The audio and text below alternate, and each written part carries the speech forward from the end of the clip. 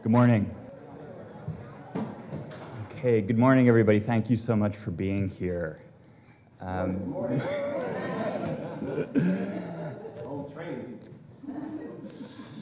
I'm Stuart Schrader, and I'm the Associate Director of the Program in Racism, Immigration, and Citizenship at Johns Hopkins University, and one of the co-conveners of the Racism and Repair Project, which we are publicly unveiling for the first time at today's event. This work began as an idea in 2020, became a call for proposals in 2021, and the teams commenced their work on their own and also collectively in 2021, building on work they'd already been doing, of course.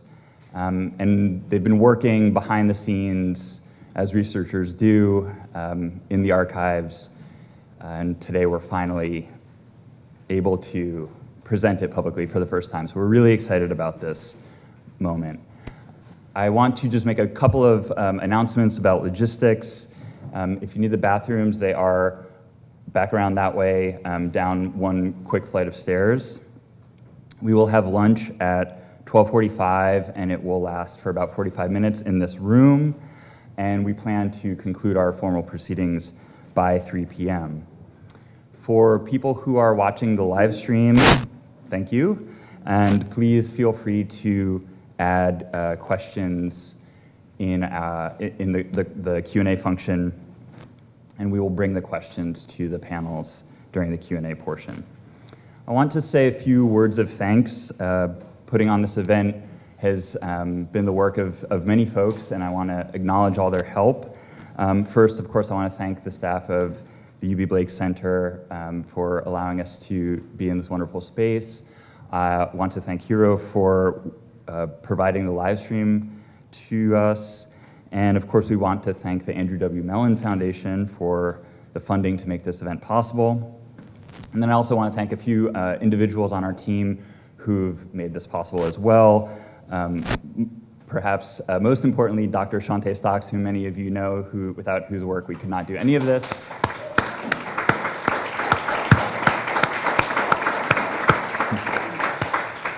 And our RIC graduate and undergrad fellows, Shariar Imran and Natalie Wang, and also Gowan, who is also joining us today. Thank you. And I just also want to acknowledge other members of the Inheritance Baltimore collective project. There are many people involved in Inheritance Baltimore, and we're very happy to have all of you joining us as well. So I'm going to turn it over. I want to introduce my co-convener who will kick off today's event with an overview of the project, and that is Dr. Nathan Connolly, who is the Herbert Baxter Adams Associate Professor of History and Director of the Program in Racism, Immigration, and Citizenship at Johns Hopkins University. Dr. Connolly.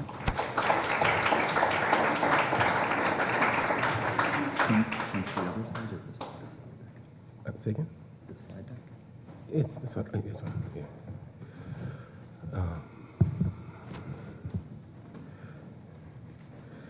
Good morning, everybody.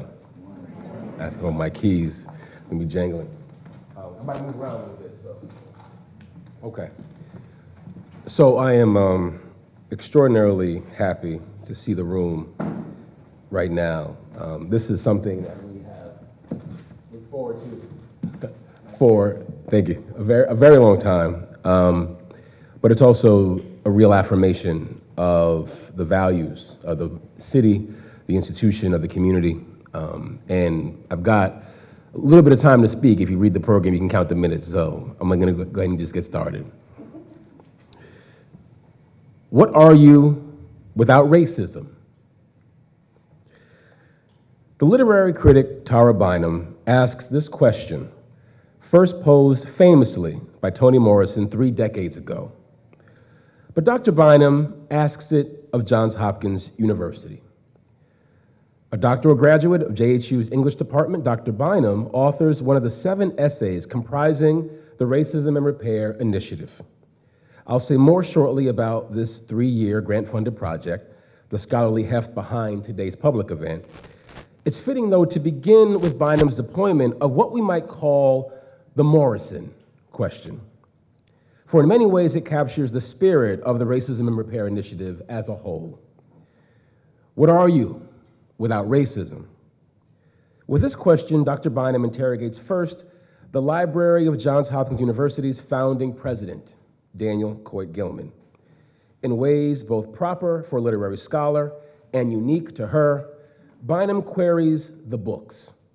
She discovered that Gilman's collection of books, which sit proudly on display in the lobby of JHU's Gilman Hall, offered a kind of, quote, syllabus for Gilman's way of thinking about the university, a syllabus that anticipates how the university shapes, influences, and imagines the built environment all around it, unquote.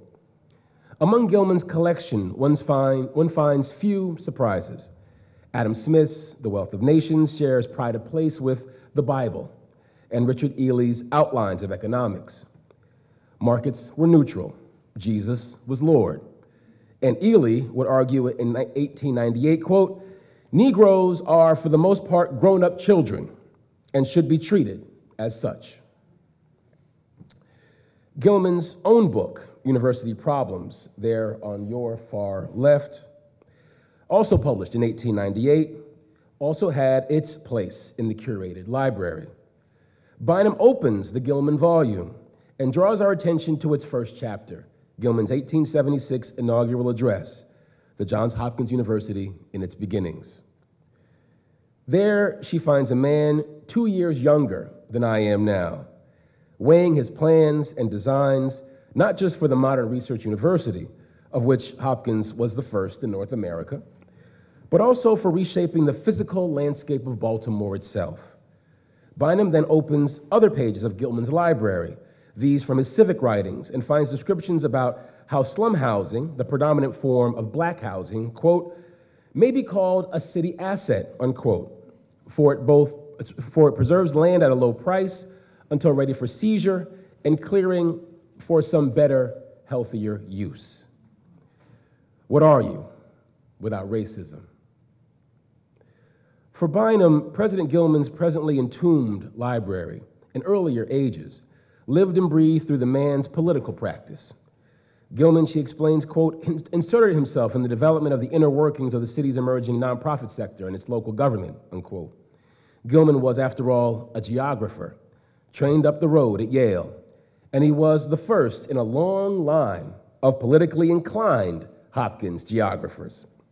These included the eventual and increasingly infamous Hopkins president, Isaiah Bowman, and the prolific Marxist geographer, David Harvey. But neither Bowman nor Harvey could hold a candle to their predecessors' prominence. Gilman, this energetic leader of men, joined a dizzying array of influential circles. He became a member of the Board of School Commissions, champion of the Municipal Art Society, founding president of the Carnegie Institution, and president of the Slater Fund for the Education of Freedmen. More, he brokered a series of land deals and trustee relationships that set JHU on course to become not just the first research university in the United States, but from its founding until this very moment, a century and a half later, one of the most eminent research universities in the world. His namesake would ring on through the Gilman School, which trained the scions of Baltimore, as well as at UC Berkeley, where another Gilman Hall stands celebrating the same man, that university's second president. This picture is real creepy. I can't not comment on it. I just need to tell you what's basically going on here is an open air classroom, so what you can't see that the windows above are open and the kids are very cold. So they make them wear the monastic hoods. Now again, given the time period I'm talking about, the hoods can have a different meaning, and so just want to just allay your concerns about that. Now, as it turns out, after mixing a little historical research with the Morrison question, it becomes very difficult to discern who Daniel Coit Gilman was, or what the institutions he ran and founded were, or what the land he scrawled upon could otherwise have been without racism. Now, it saddens me to say that you'll have to wait to hear much more about all the Baltimore mischief spun out by the pages of President Gilman's library. Dr. Tara Bynum, a speaker in high demand, had to give a keynote elsewhere during today's proceedings. We can, nevertheless, take direction from her method to, quote, revisit the books, so to speak. and gain inspiration from her mode of questioning to begin crafting a new library. Today's event, Racism and Repair at Johns Hopkins and Beyond, comes to you through the combined efforts of medical researchers, healthcare providers, and humanists, through the program in Racism, Immigration, and Citizenship, and through the generous support of the Andrew W. Mellon Foundation's Just Futures initiative. In January of 2021, RIC became partial recipient of a $4.4 million grant in tandem with JHU's Billie Holiday Center for Liberation Arts to advance a program we call Inheritance Baltimore. Inheritance, in this instance, refers to the amassed capital and checkered prestige of Johns Hopkins institutions, perennial research powerhouses, and the even longer and more powerful legacies of Black creative energy, political acumen, and intellectual anti-racism to which we remain indebted. Inheritance Baltimore has helped place funds directly under the control of Black Baltimore educators and artists, directly provisioning Black parents, children, and elders. The people of Inheritance Baltimore have initiated archival and public arts projects. We've sent area families and artists to Liberia on cultural exchanges, brought aboard postdoctoral fellows, and have 2 books in progress, of which today's presentations constitute one. There are too many people to thank, but I must make special mentions of Dr. Shante Stocks, Stuart Schrader, Lawrence Jackson, Gabrielle Dean, Jasmine Blanks-Jones, and Kali Aset Amen. If you are here, please stand and be recognized.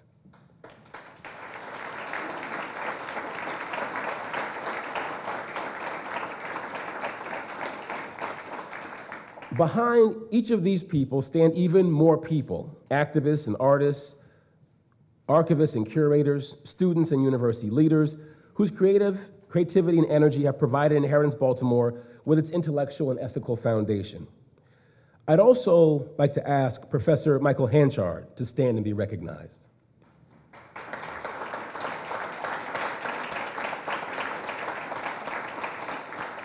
Eighteen years ago,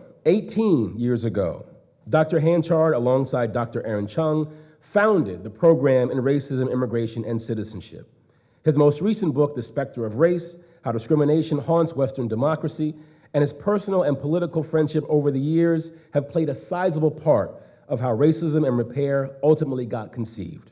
Thank you, Mike. In what's left of my time, allow me to summarize and frame historically what you'll see today. At top, our argument. Racist professional habits on the one hand, and the struggles against such habits on the other, have shaped the institutional history of universities like JHU and much about higher education more generally. This conflict remains embedded in our shared intellectual history as well. Today's program, Racism and Repair at and Beyond Johns Hopkins University, endeavors to share an important part of that story, again, thinking about both university and medical institutions critically. Methodologically, you will see a variety of approaches on display. There remains, however, also a methodological constant. Racism and Repair deploys the historical method toward anti-racist ends. It looks even more precisely to field specialists outside of history departments proper to construct historical accounts of their disciplines and medical units. Those histories emphasize excavating professional networks, interpretive schools, and power dynamics that baked white supremacy into 20th and 21st century institution building. Not stopping there, Racism and Repair includes documenting the role of anti-racist social movements in the development and revision of research methods and methods of care. It draws lastly from past institutional practices, progressive and regressive, to speculate creatively and rigorously on the potential for reparative justice in higher education. It searches with history for new policies governing the disciplines. Today is a kind of research showcase and public conversation, and will unfold over 2 sessions. You'll be taken first through the historical workings of select medical fields, specifically emergency medicine, hematology, and surgery. Through the research and clinical experiences of Doctors Erica Shelton, Gabe Kellen, Kamna Balara, you'll see this morning how the emergency room became the predominant entry point for Black Baltimoreans undergoing care at Johns Hopkins medical institutions. You'll also come to appreciate how that funneling of injury and hardship into the emergency department now makes anti-racism at the ED one of the most important sites for potential repair. From the hematology department, you'll see Dr. Lydia Pecker and her team detail the ways in which sickle cell anemia and a disease coined at Hopkins in 1922 went for a half century without proper funding for research, screening, treatment, and counseling. You'll see, too, how the eventual development of an effective treatment in the late 1960s could not have happened without the patience and courage of not just doctors, but of African American patients. Even the image of Johns Hopkins institutions as a leader in the world of medicine depended on Black people's public forbearance in the face of institutional racism. Enter the work from JHU's surgery department. Elisa Wise, Zachary Enumah, Desho Player, and doctors Bob Higgins and Mitchell Bryski instruct the self-censorship of JHMI's Black affiliates as reflected in the life and times of the now iconic Vivien Thomas, raises powerful questions about the symbolic, institutional use of so-called Black pioneers. Their research offers as well an unprecedented look at Thomas's anger and fear as the attempt in the 1970s to wipe away the stigma of Jim Crow healthcare at Hopkins Hospital bore for him an especially high and largely unseen price. Our afternoon session moves into the arts and sciences. Through the work of Sanchicha Balachandran, you'll see in her words, quote, "The ancient past mobilized to build a white American future," unquote. We will see how a century ago, JHU institution builders whitened antiquity and cataloged civilization as part of their broader effort to fashion and fabricate common understandings of white racial superiority. Dr. Quinn Slobodian, a guest researcher from the faculty of Wellesley College, explores similar efforts to invent objective demonstrations of white greatness. In his case, he reveals that impulse at work in the social sciences of the late 20th century, specifically in the racialization of IQ and through the persistent racism of a protean discipline we today call sociology. Both Balachandran and Slobodian's work consider how the aesthetics of white excellence, whether crafted in marble or in bell curves, attempted to make natural and self-evident that which had previously been a site of contentious racial politics. I'll share my own racism and repair research on the history of Atlantic studies at Johns Hopkins, which might be described as something of a political archaeology as well. I explore this afternoon how Atlantic studies, perhaps JHU's most decorated and long-standing academic concentration, was neither ancient nor solely academic. The Atlantic perspective instead became a novel and relatively recent invention devised in the 1970s to help Johns Hopkins University sidestep Black militancy and the seizure of federal funds threatened by then aggressive anti-discrimination enforcement. In aggregate, the 6 projects on display today and Dr. Bynum's work in absentia help us consider the modern research university and medical center in its full sweep from the late 19th century to now. Taking such a long view allows an important, if potentially unsettling, historical proposition to step into view. If you'll allow me, a little history. The birth of Johns Hopkins Hospital and University, again, North America's first research university, coincided with white operatives in the late 1870s, negotiating away a program known as Reconstruction, the federal rebuilding of the war-torn South and the concomitant protection of newly freed African Americans. In its most radical phase, Reconstruction helped enfranchise Black households, subsequently lift Black people into elected office, and following that, empowered the creation of a host of institutions critical to pursuing Black self-determination after slavery, particularly public education. The ratification of the 13th, 14th, and 15th Amendments, the strengthening of Black property rights, and the reunification of Black families torn apart by slave trading served as additional and arguably even more important benefits. The contested presidential election of 1876 prompted a trade-off between Democrats and Republicans. Democrats would allow the Republican candidate to take the White House if Republicans allowed the redemption of the white South. Union troops got pulled from their southern outposts, state constitutions were summarily rewritten, Black disenfranchisement, always a threat, accelerated, and Reconstruction got brought to an abrupt end. In the late 1870s and early 1880s, reuniting the North and the South after the apparent twin failures of the Civil War and Reconstruction stood among the principal political work to be done. Johns Hopkins University thus initiated its own academic process of North-South reunification. Indeed, JHU affiliates opposed the fact, the spirit, and even the memory of Reconstruction. Let us return, as Tara Bynum inspires, to Gilman Hall's ornamental library. The shelves in Gilman's atrium don't just feature one man's book collection.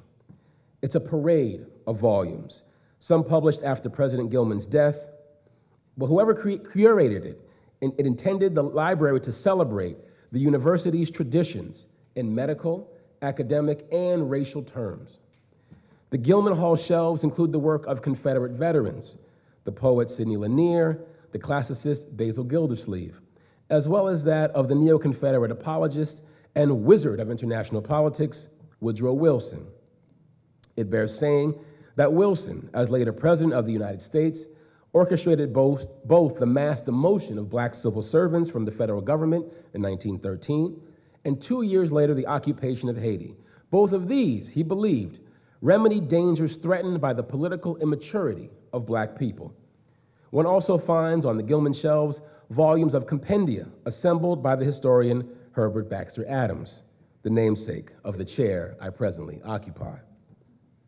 The wider collection of Gilman Hall books affirm Dr. Bynum's conclusions that the modern university remains bound in its intellectual and political orientation to anti-Black racism. Professor Adams, who I've spent a fair bit of time reading, bears brief attention, for he remains perhaps the most explicit champion of white racial unification and its intellectual gloss. As articulated by Adams himself, the job of the Department of History at Hopkins was to credential the post-Reconstruction Southerner to teach and govern in the North, while allowing the Northerner to once again safely ply his trades in the South. The sons of both regions, by Adams's estimation, should be empowered by the modern university to look across the Atlantic for their shared European inheritance. And Adams's seminar table at Hopkins served as the natural neutral ground. Quoting, a graduate student from South Carolina comes to Baltimore and through his association with a graduate of Brown University obtains the principalship of a high school in a Connecticut town, unquote. Daniel Coit Gilman goes even further. Not content to simply celebrate white reunification, he attempts in word and deed to undermine Reconstruction's legacies. In again, his book, University Problems, Gilman celebrated how, quote, Christian philanthropy and humane statesmanship united to provide instruction for some 7 million Negroes in this country. Under Gilman's leadership, the Slater Fund for the Education of Freedmen, quote, desired to give the Negro instruction in manual labor. But Black people, by Gilman's estimation, were not flocking to the banners of industrial education quick enough, save for, of course, those associated with the paragons of industrial education, Tuskegee and Hampton. Quote, whatever may be thought or wished, remarked Gilman, the nature of the Negro's case determined that they must live by the labor of their hands and arms, unquote. Gilman pointed out the folly of the nation proceeding with too many high schools and universities offering courses in Greek and Latin, in theology and philosophy and the higher mathematics, his words. Rather than advancing handcraft, again quoting Gilman, reedcraft rules. The proper methods of manual training are not recognized, unquote. Black people weren't just interested, for Gilman's liking, in higher learning. They were too interested. And they dared in the 1880s to claim that slippery term at the time, university, as their own. Again, Gilman, the word university has often been applied to institutions of the humblest character. For example, it was a title frequently bestowed upon the schools for the emancipated Blacks established a decade following the Civil War, unquote. In other words, university, an idea meaning doctoral education, specialized study, and the preservation of professional academic guilds had not always been a given. It had to be asserted by Gilman and his ilk. University got claimed as part of the bundle of things, voting, land, that the enemies of Reconstruction straight up took from black people. In 1891, Gilman, still president of Hopkins, did encounter an especially bright Negro who warranted support from the Slater Fund to study the social sciences at the University of Berlin, a 23-year-old W.E.B. Du Bois. On a mere 2 years of Slater funding, Du Bois wrote a full doctoral thesis in German. He furnished Gilman and the other Slater trustees with positive testimonials from his professors at Berlin, and he stood in 1893 with only a semester of coursework to complete for his PhD, which from Berlin in the 1890s was a most impressive credential. The Slater Fund, however, refused to cover Du Bois's final semester of coursework. If the point of the Slater Fund for the education of freedmen was to prove the merits of the Negro, which for white donors it was indeed the point, then Du Bois, by the Slater trustees' estimation, had already done that. They refused the young man's request. In his rejection letter, Gilman congratulated Du Bois on his truncated success at Berlin and urged him upon, quote, returning to this country to devote your talent and your learning to the good of the colored race, unquote. Naturally, a position for Du Bois at Johns Hopkins was never entertained. His eventual 4,000 articles and essays, 16 books, 2 autobiographies, and 3 historical novels be damned. Who are you without racism? Look, you can pay attention to the Gilman Hall books, the stuff in university archives, or don't, and trust me, a lot of people don't. Once you start to see the patterns of anti-Reconstruction politics, though, they become difficult to unsee. Post-Reconstruction, white reconciliation in and around Johns Hopkins takes all kinds of forms. The boys' private school, initially launched in the Homewood Mansion, the eventual Gilman School, took the colors blue and gray, marking the Union and Confederacy united. In this 1858 mural by Dean Keller depicting Johns Hopkins Hospital's founding trustees, the men assembled by Gilman carry a post-Reconstruction art piece within the art piece. Notice the complementing portraits of Confederate General Robert E. Lee on one wall and President Abraham Lincoln on the other. Or, outside of material culture, you can consider, as we're about to do, how many ways the modern research university and hospital created entire spheres of influence intended to exist beyond the realm of federal accountability, particularly on questions of anti-discrimination. This while at the same time drawing heavily from government research and infrastructure dollars. With all the Confederate iconography on JHU shelves, carved in stone and splattered on the walls, no university has been a heavier recipient of federal funds than Johns Hopkins. And it's not even close. Between social science, public health, humanities grants, between defense spending, government-subsidized patient care, tax abatements, et cetera, Hopkins institutions have led the nation in government-provided research spending for 43 years straight. That's a long time. This is what we called, in an older tongue, a contradiction. Now, we might just call it complicated. Today, we're going to keep it simple. The presentations this morning and afternoon will shed a fair bit of light on how institutions like JHU and JHMI, how the research institution in the United States in general managed to keep one hand in the purse of civil society and the other holding back genuine equity. We'll walk through examples in which institutions impose this contradiction on individuals, those left like Vivien Thomas, or the sickle cell patients suffering through the underfunded research for treatment. We'll see how institutions can sidestep the snares of government accountability, how they prioritize the political agendas of philanthropists, or hold fast to notions like IQ, or quantifiable intelligence, that purportedly stand outside the reach of regulation.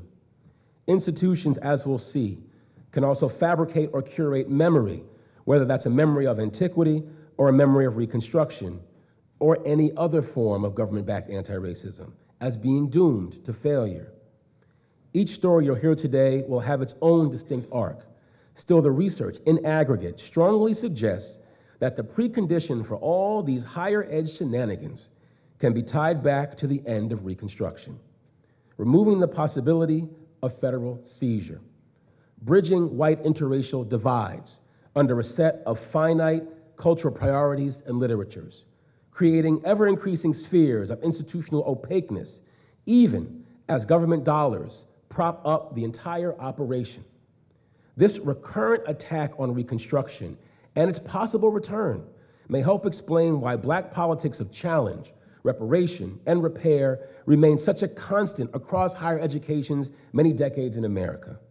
It may also help explain why the so-called second Reconstruction of the late 1960s and the increasingly feeble defense of affirmative action, that program's death coming about just last summer, still threaten to tear higher education asunder. As I go to my seat, let's return to Tara Bynum's invocation of the Morrison question, and let's hear what Morrison asked right on its heels. What are you without racism? Are you any good? Are you still strong? You still smart? You still like yourself? What is this institution, these Johns Hopkins institutions, without the names of their racist philanthropists and namesakes erected as statues and tomes behind glass, men carved into stone? If you can only be tall because somebody's on their knees, Morrison warns, then you have a serious problem.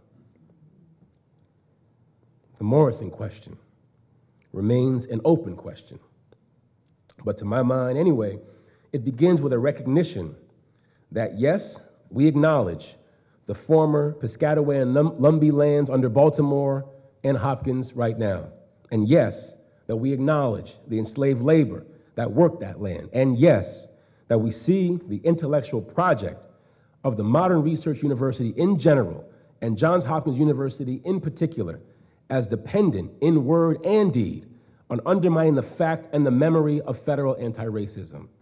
To answer the Morrison question requires documenting how precisely the amassed capital of JHU and JHMI's academic prestige has come at the direct expense of people who once belonged or attempted to belong to those institutions.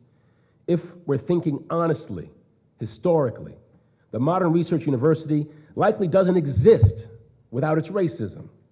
That said, we should not have to live with the continuance of racism solely because of the good that the modern university and its people so often perform.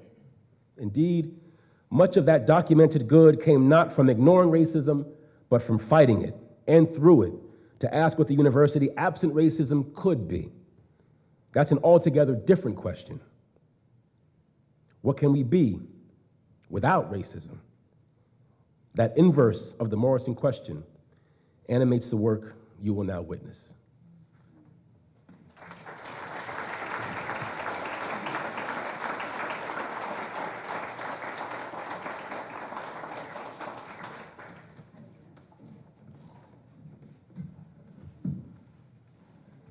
Okay, thank you, Dr. Connolly. So we're going to move directly into the first panel, and I want to introduce our speakers who are in the surgery, hematology, and emergency departments. We're going to hear from Max Bryski and Zach Enumah from the surgery department, Lydia Pecker from the hematology department, and Kamna Balhara and Erica Shelton from emergency medicine. And then we'll have a comment from Dr. Daniel Cumming, who is the postdoctoral fellow in the program for Racism, Immigration, and Citizenship. So I will turn it over.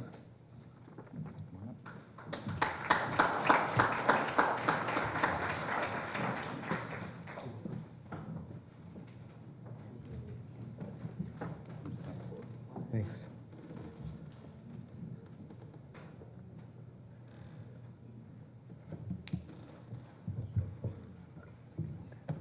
Well, good morning. Good morning. Thank you for the powerful response.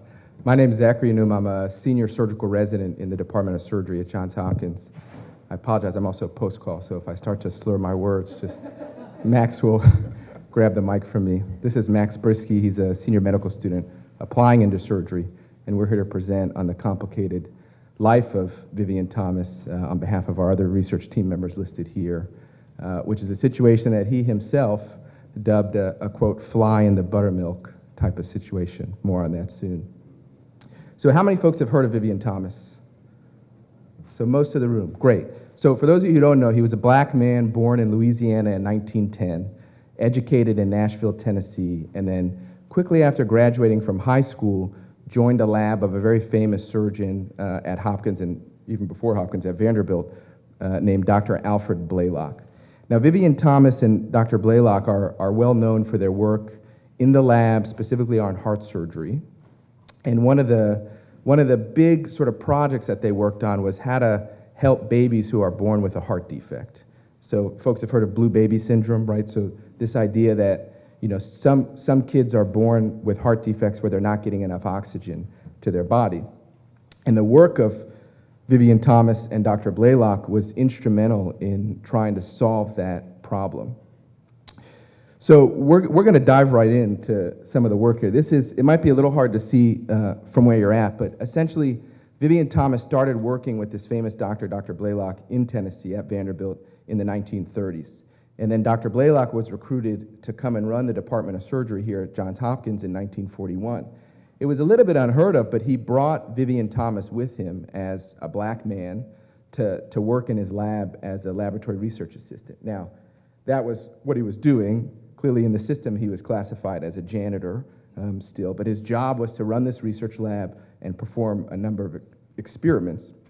And he, as you can see in this dinner invitation, this is a welcome back sort of dinner invitation for Dr. Alfred Blalock. And as we can see, I mean, racism for Vivien Thomas was sort of front and center. It might be hard to see. I can't really see from where I am here, so I hope you can. But you can see some racial caricatures in the back sort of carrying Blalock's bags. And this was maybe a little bit of forecasting of what was to come for Vivien Thomas.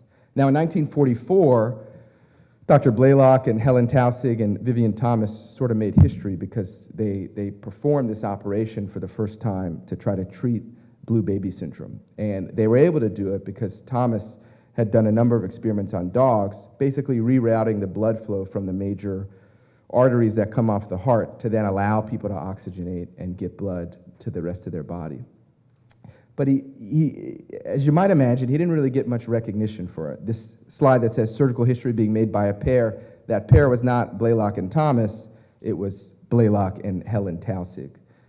This photo at the bottom right, the operation is described because Vivien Thomas had performed it a number of times, and he essentially stood with Alfred Blalock and walked him through the procedure throughout the whole time. So then you got to ask yourself, okay, so somebody like Alfred Blalock may very well easily write himself into the history of Hopkins as a legacy. If you walk through the halls of Johns Hopkins Medicine, there's a whole tower that's named after Blalock. It's 12 or 14 towers large. It's where our department is sort of hosted. It's where our skills lab is. It's where our sim lab is. Many of you probably know it if you've been through the institution.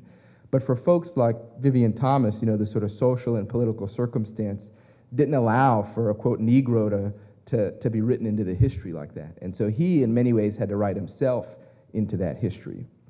We get a sense of that in his autobiography that he wrote that in, excuse me, the 1980s and 1985 called Pioneering Research in Surgical Shock and Cardiovascular Surgery, Vivien Thomas and his work with Alfred Blalock in autobiography. But as you might imagine, the times may have cast a little bit of a shadow over what he himself was able to write. And he has been quoted to say, privately, you can know things, but you for sure can't put those in a book. So our group was very interested in trying to learn a little bit more about what was Vivien Thomas's experience like with racism and what what are things that we can learn outside of his autobiography and the things that, let's say, are displayed more public-facing by diving into his personal letters. In other words, we wanted to do a critical review of his own correspondence, his private correspondence with others, particularly Mark Ravitch, who was another famous surgeon at Hopkins, to better see how Thomas himself was a disruptor, a trailblazer, and a, quote, fly in the buttermilk. So this quote says, "I only want enough emphasis on the race issue to show what a fly in the buttermilk situation, parentheses, smiles, I was in." And so that's what we're here to talk to you about today. I'm going to pass it over to Max to share a little bit about our methodology and some of the main findings, and then we'll sort of bring it back together at the end. Thanks, Zach.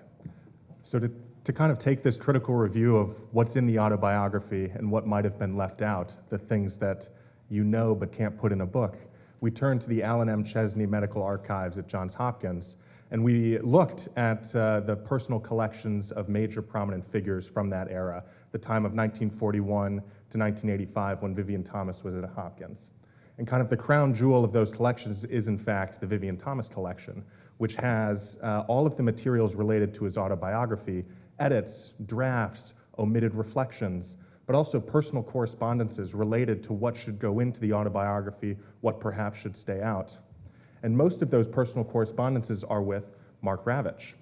So I'll introduce him now. Mark Ravitch was a renowned thoracic surgeon in his own right. He was a Blaylock trainee in the 40s and was trained by Vivien Thomas in the lab during his tenure there. He went on to become a department chair at Pittsburgh, president of societies. He had a lot of clout, but he also became a sponsor and a friend to Vivien Thomas. I love including this picture here, colloquially known as Sleeping Beauty. Vivien Thomas wanted to include it in his autobiography as a joke with Mark Ravitch, but also to show kind of how long our residents work and continue to work. They need to catch some sleep in the halls. Mark Ravitch, tongue-in-cheek with his reply, said, "If you include this in your published book, I'm going to sue you for all of your royalties." And Vivien Thomas essentially wrote back, "Worth it," and the picture was published. So Mark Ravitch, a trainee turned sponsor turned friend. But looking at some of those private correspondences, we see that censorship was a big part of the autobiography. Again, you can know things, but you can't put them in a book.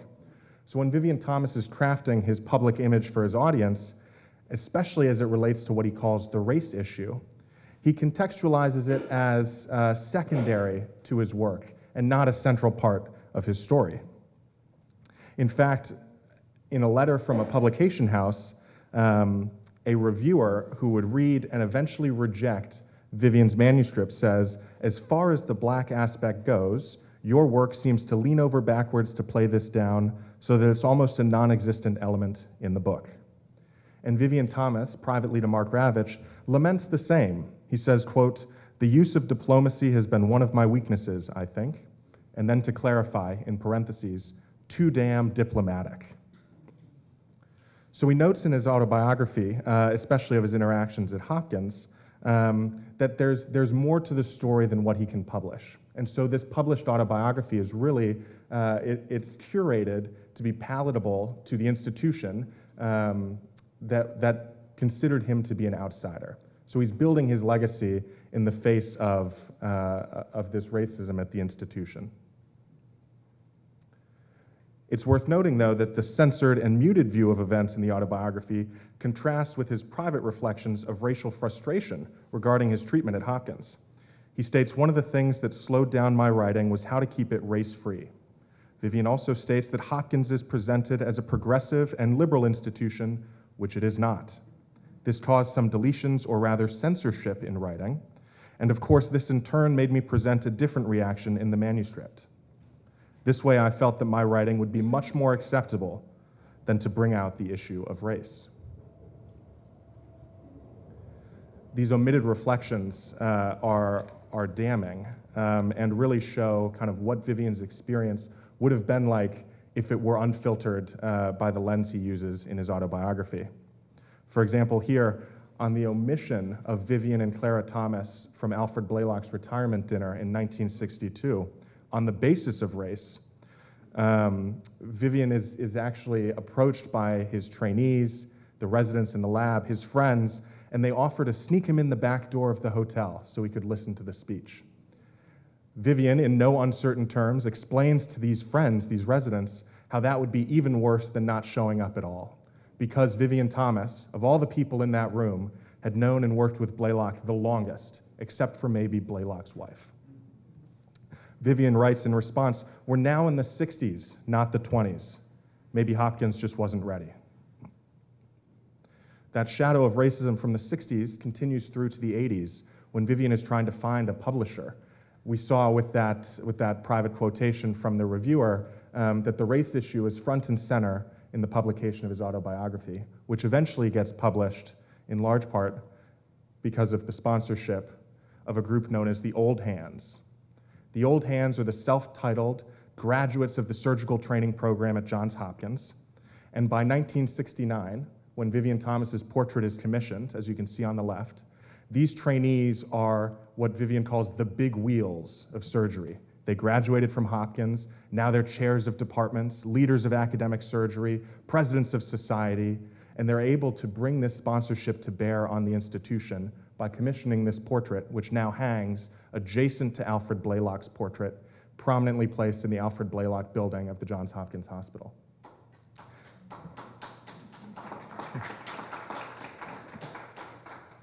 It's worth noting, too, that this sponsorship of powerful individuals moved the institution to grant Vivien Thomas an honorary degree, a doctorate of laws, in 1976. You can see pictured here, smiling broadly, Vivien Thomas in full academic regalia when he receives his recognition. He also states, of these two honors, "I'm not sure if the honors relate to the book or the reverse. Except for the honors, the book would not have been written." So truly, this sponsorship motivated Vivien to write himself back into the story, knowing that he would have the support of his powerful sponsors and his powerful friends. That push for recognition continues into the modern day here with more recent articles in the scientific record looking to correct some of the omissions in the scientific literature. So you can see here a push for recognition to change the eponymous Blaylock-Taussig shunt. The operation that Vivien Thomas helped develop has been pushed to be appropriately renamed the Blaylock-Thomas-Taussig shunt in recognition of his contributions. With that, I'll turn things back to Zach. So then I think, just for us to close, some of the questions we're left with then is what is the legacy that Vivien Thomas has left behind, or what should it be, beyond maybe changing eponyms? This photo here is included in his autobiography, and we've reproduced it here, and perhaps gives us a little bit of a hint of what maybe he wanted part of his legacy to be. This is him pictured with Levi Watkins, who was the first black chief surgery resident here, the first surgeon anywhere to put in an automatic defibrillator in somebody's heart, and he's very well known to the Hopkins community.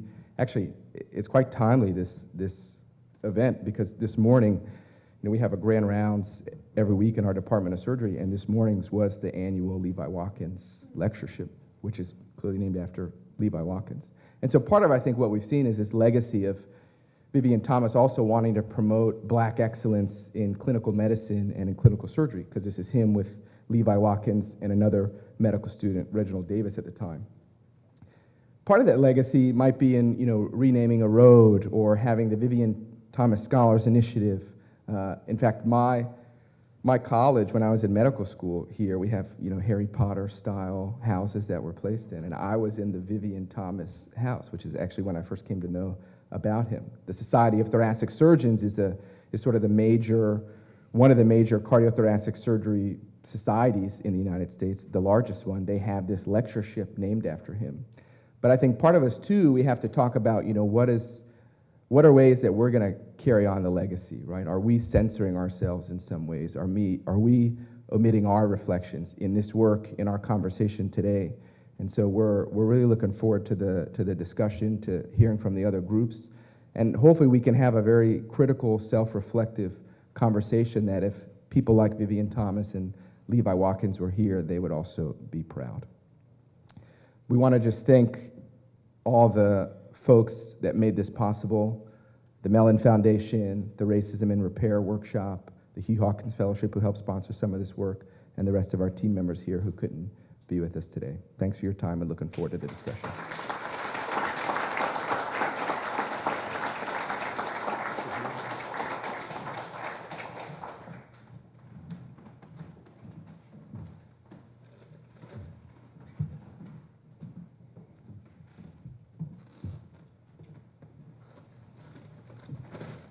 Zach, my daughter's going to want to know how you communicated so effectively with the Sorting Hat, so if you could be on call for my family, that'd be great.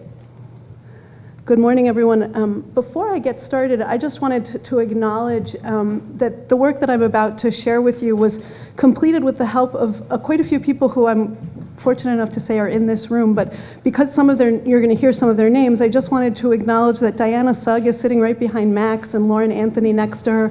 Alicia Puglianesi is over in that corner over there, and Phoebe also from the archives. And all of you have helped make this work possible, put wind in my sails, and given me courage.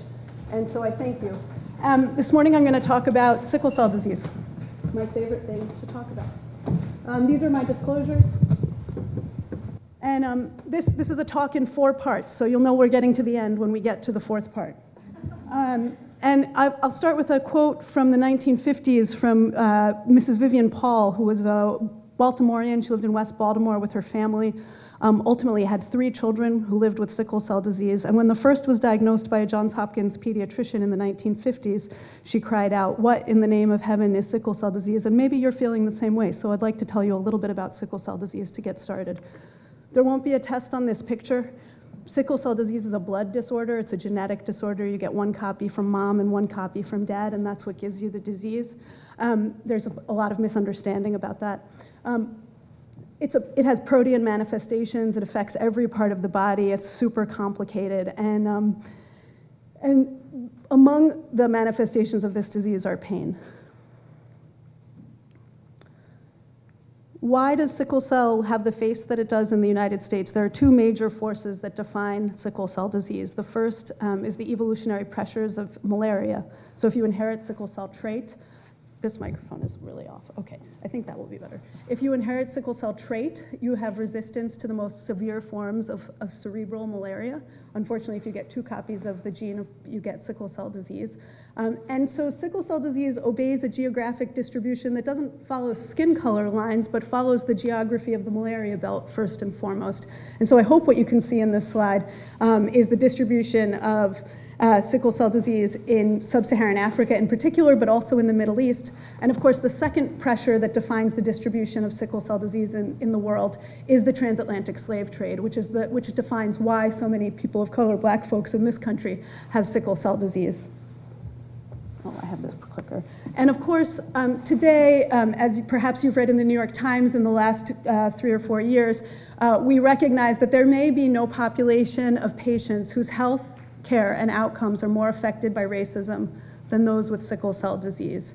And it is this joining together of race and disease that enables thinking about how health, race, and disease happened at Johns Hopkins with great specificity, because so often when we say people with sickle cell disease, we are eliding the fact that we are also talking about black people.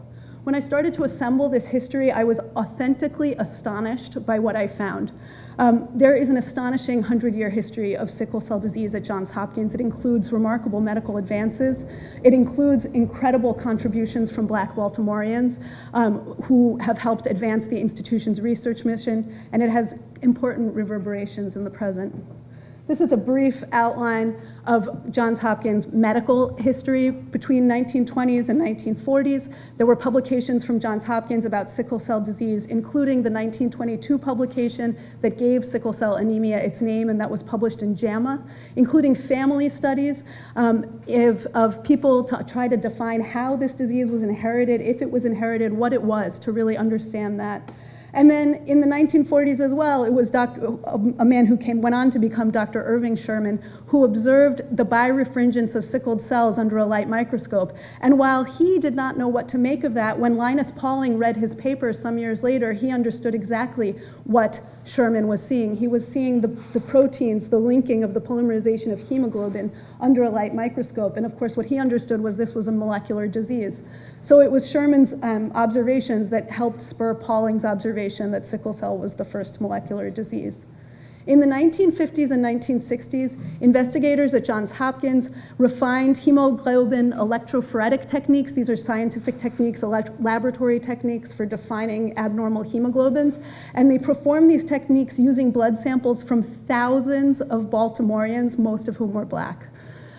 We also studied hereditary persistence of fetal hemoglobin. This is an abnormal hemoglobin, but it's actually a good one. And the observations we made about fetal hemoglobin would become critical to drug development for sickle cell disease some years later.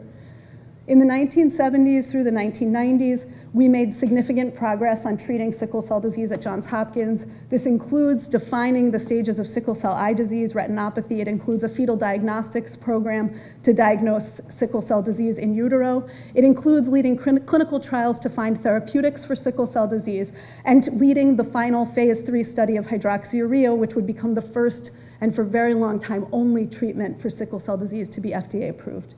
In the 2000s, Johns Hopkins sickle cell history continued. The Sickle Cell Center for Adults, where I work today, became the international standard bearer for high quality care. I present that finding to you humbly as I had nothing to do with it.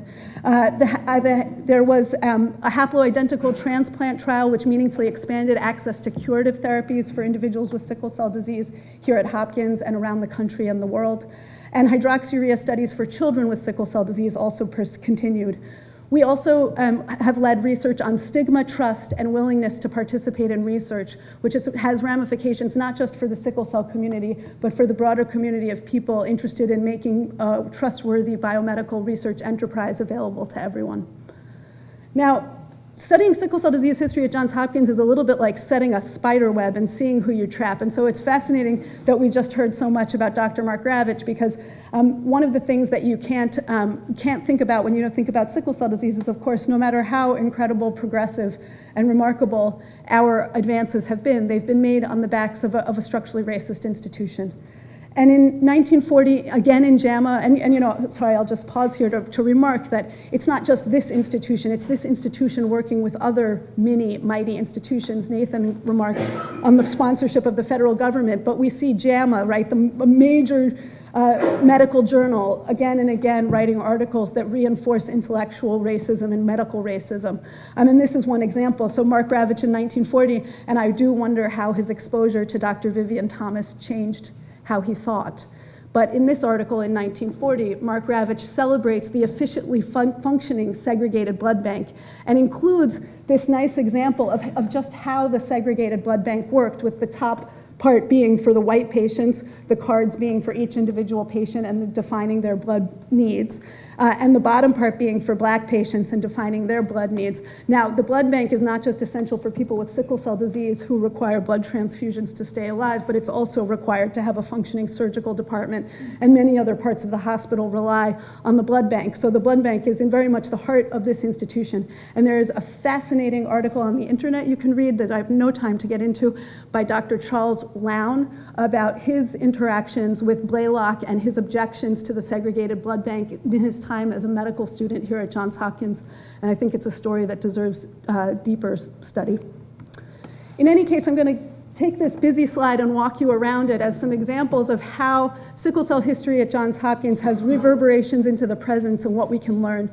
On the blue background is some data from the first publication to call sickle cell anemia, published in JAMA in 1922, written by an Osler House staff who had by then left Baltimore and moved to California, but he writes up a 21-year-old man who was admitted to the Johns Hopkins Hospital in 1915 complaining of generalized weakness. Some of the things that will be remarkable to the clinicians in the room about this paper are that he describes quite accurately much of what we would recognize in an individual with sickle cell disease today. But the other thing that was remarkable, and Keith Whaley has remarked on this in his own important histories of sickle cell disease, is that there were incredible logic leaps in how Vern Mason went about describing and defining sickle cell anemia. And in fact, he relied entirely on the fact that in his third case report of an individual who had these sickled cells on a blood smear, that it was the fact that all 3 of the reported patients were black, that defined that this must be a unique disease. And he called it a disease peculiar to the race. And so we see Johns Hopkins as a center, but this is certainly one of many, many examples of this, but we see this as an example of how intellectual and biomedical racism had a comfortable home here. On the right side is a picture taken in 1976. We love centennials of Osler here at Johns Hopkins. This was a hematology celebration of Osler. And these were some of the original trainees in the Division of Hematology. The very youngest people in this picture are still alive today and are septuagenarians. And I hope that you can notice that there are very few people of color, if any, in this picture, and one woman. And what we know today is that we have had 1 black member of the Division of Hematology. So this picture was taken in 1976, just a few years after Hopkins welcomed its first black faculty member, Dr. Roland Smoot. But since that time, the Division of Hematology has had 1 black faculty member, Dr. Carlton Haywood, who was not a medical doctor, he's a PhD. My division has yet to hire its first black faculty member. A condition that speaks both to the minoritized status of hematology in the world of medicine and further to dimensions of our own institution. The last piece of this that I'd like to show you, or take apart for you, is this paper on abnormal hemoglobins in the neonatal period, written by a man who we now call Sir David Weatherall, because he was knighted in England many years after his fellowship here at Johns Hopkins in recognition for his work specifically on thalassemia. But in the 1950s and 60s, David Weatherall collected, by his own report, 30,000 papered blood spots of black Baltimoreans to study hemoglobinopathy traits. He was interested in sickle cell trait. There's many different kinds of sickle cell traits. He was interested in the thalassemias. And in that time, it is not at all clear to me whether any of these results would have been communicated to the people who were tested. It seems to me, and Lauren's helped me piece this together, that the way that this was done was by collecting blood spots on newborns and mothers, both at the University of Maryland and at Johns Hopkins. But to be honest, I haven't quite been able to figure out how they did such a fantastic amount of testing, because it amounts to having tested about 10% of the black population of Baltimore to characterize the epidemiology and distribution of sickle cell traits in Baltimore, which was then thought to be generalizable. In the 1970s, when questions about who we should be testing for sickle cell trait and disease came to the forefront, in a microcosm, Johns Hopkins was discussing who should we be testing and what should we be disclosing. And in fact, there was no institutional consensus on whether we should disclose sickle cell trait to individuals who would be tested when they came through the doors of the hospital. Today, newborn screening for sickle cell disease is a universal feature in the United States. Any of you who've had a baby born in the last 20 years in the United States, that child has been tested for sickle cell disease. We also identify people with sickle cell trait with that testing. And in fact, around the country, there is no consensus on how to disclose this result to people who are tested.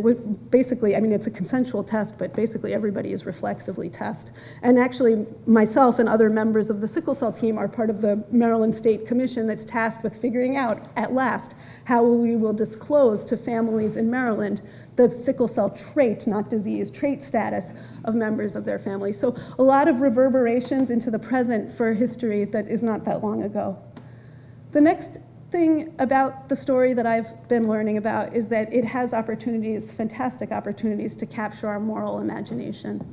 Because what is also revealed in the history of sickle cell disease here at Hopkins is that trusting patient and clinician partnerships have driven decades of advances, and that clinicians have led with an ethic of informed consent far in advance of the field, and that individuals with sickle cell disease chose to put their bodies on the line to help move things forward. Pain is a constant across the history of sickle cell disease, and Dr. Carlton Haywood, who both was a bioethicist and sickle cell disease researcher and himself lived and suffered with the disease, helped us understand what it was like by saying this: think of the worst pain you've ever had, a broken bone or a migraine. Imagine it as a steady rainfall, then it blossoms into a thunderstorm that lasts for hours. It's not hard for me to imagine the distress it must have caused clinicians who encountered patients suffering like this, for whom very little intervention could be offered. John Paul was one such patient who met Dr. Sam Sharash, a hematologist at Johns Hopkins, when he was 14. And it was Dean's mother who I quoted at the beginning of this. The Paul family was no stranger to sickle cell disease. Paul was the first baby in his family. He was the fifth child and the first baby in the family born with sickle cell disease. His younger brother Craig was born several years later and died of sickle cell disease, as was common for babies born with this disease in the 1950s. Shortly after that, his baby brother Brett was born, and Brett was also affected by the disease. This family spent many days, weeks, and years going back and forth from their West Baltimore home to Johns Hopkins, where the boys would receive care for infections and most of all for pain.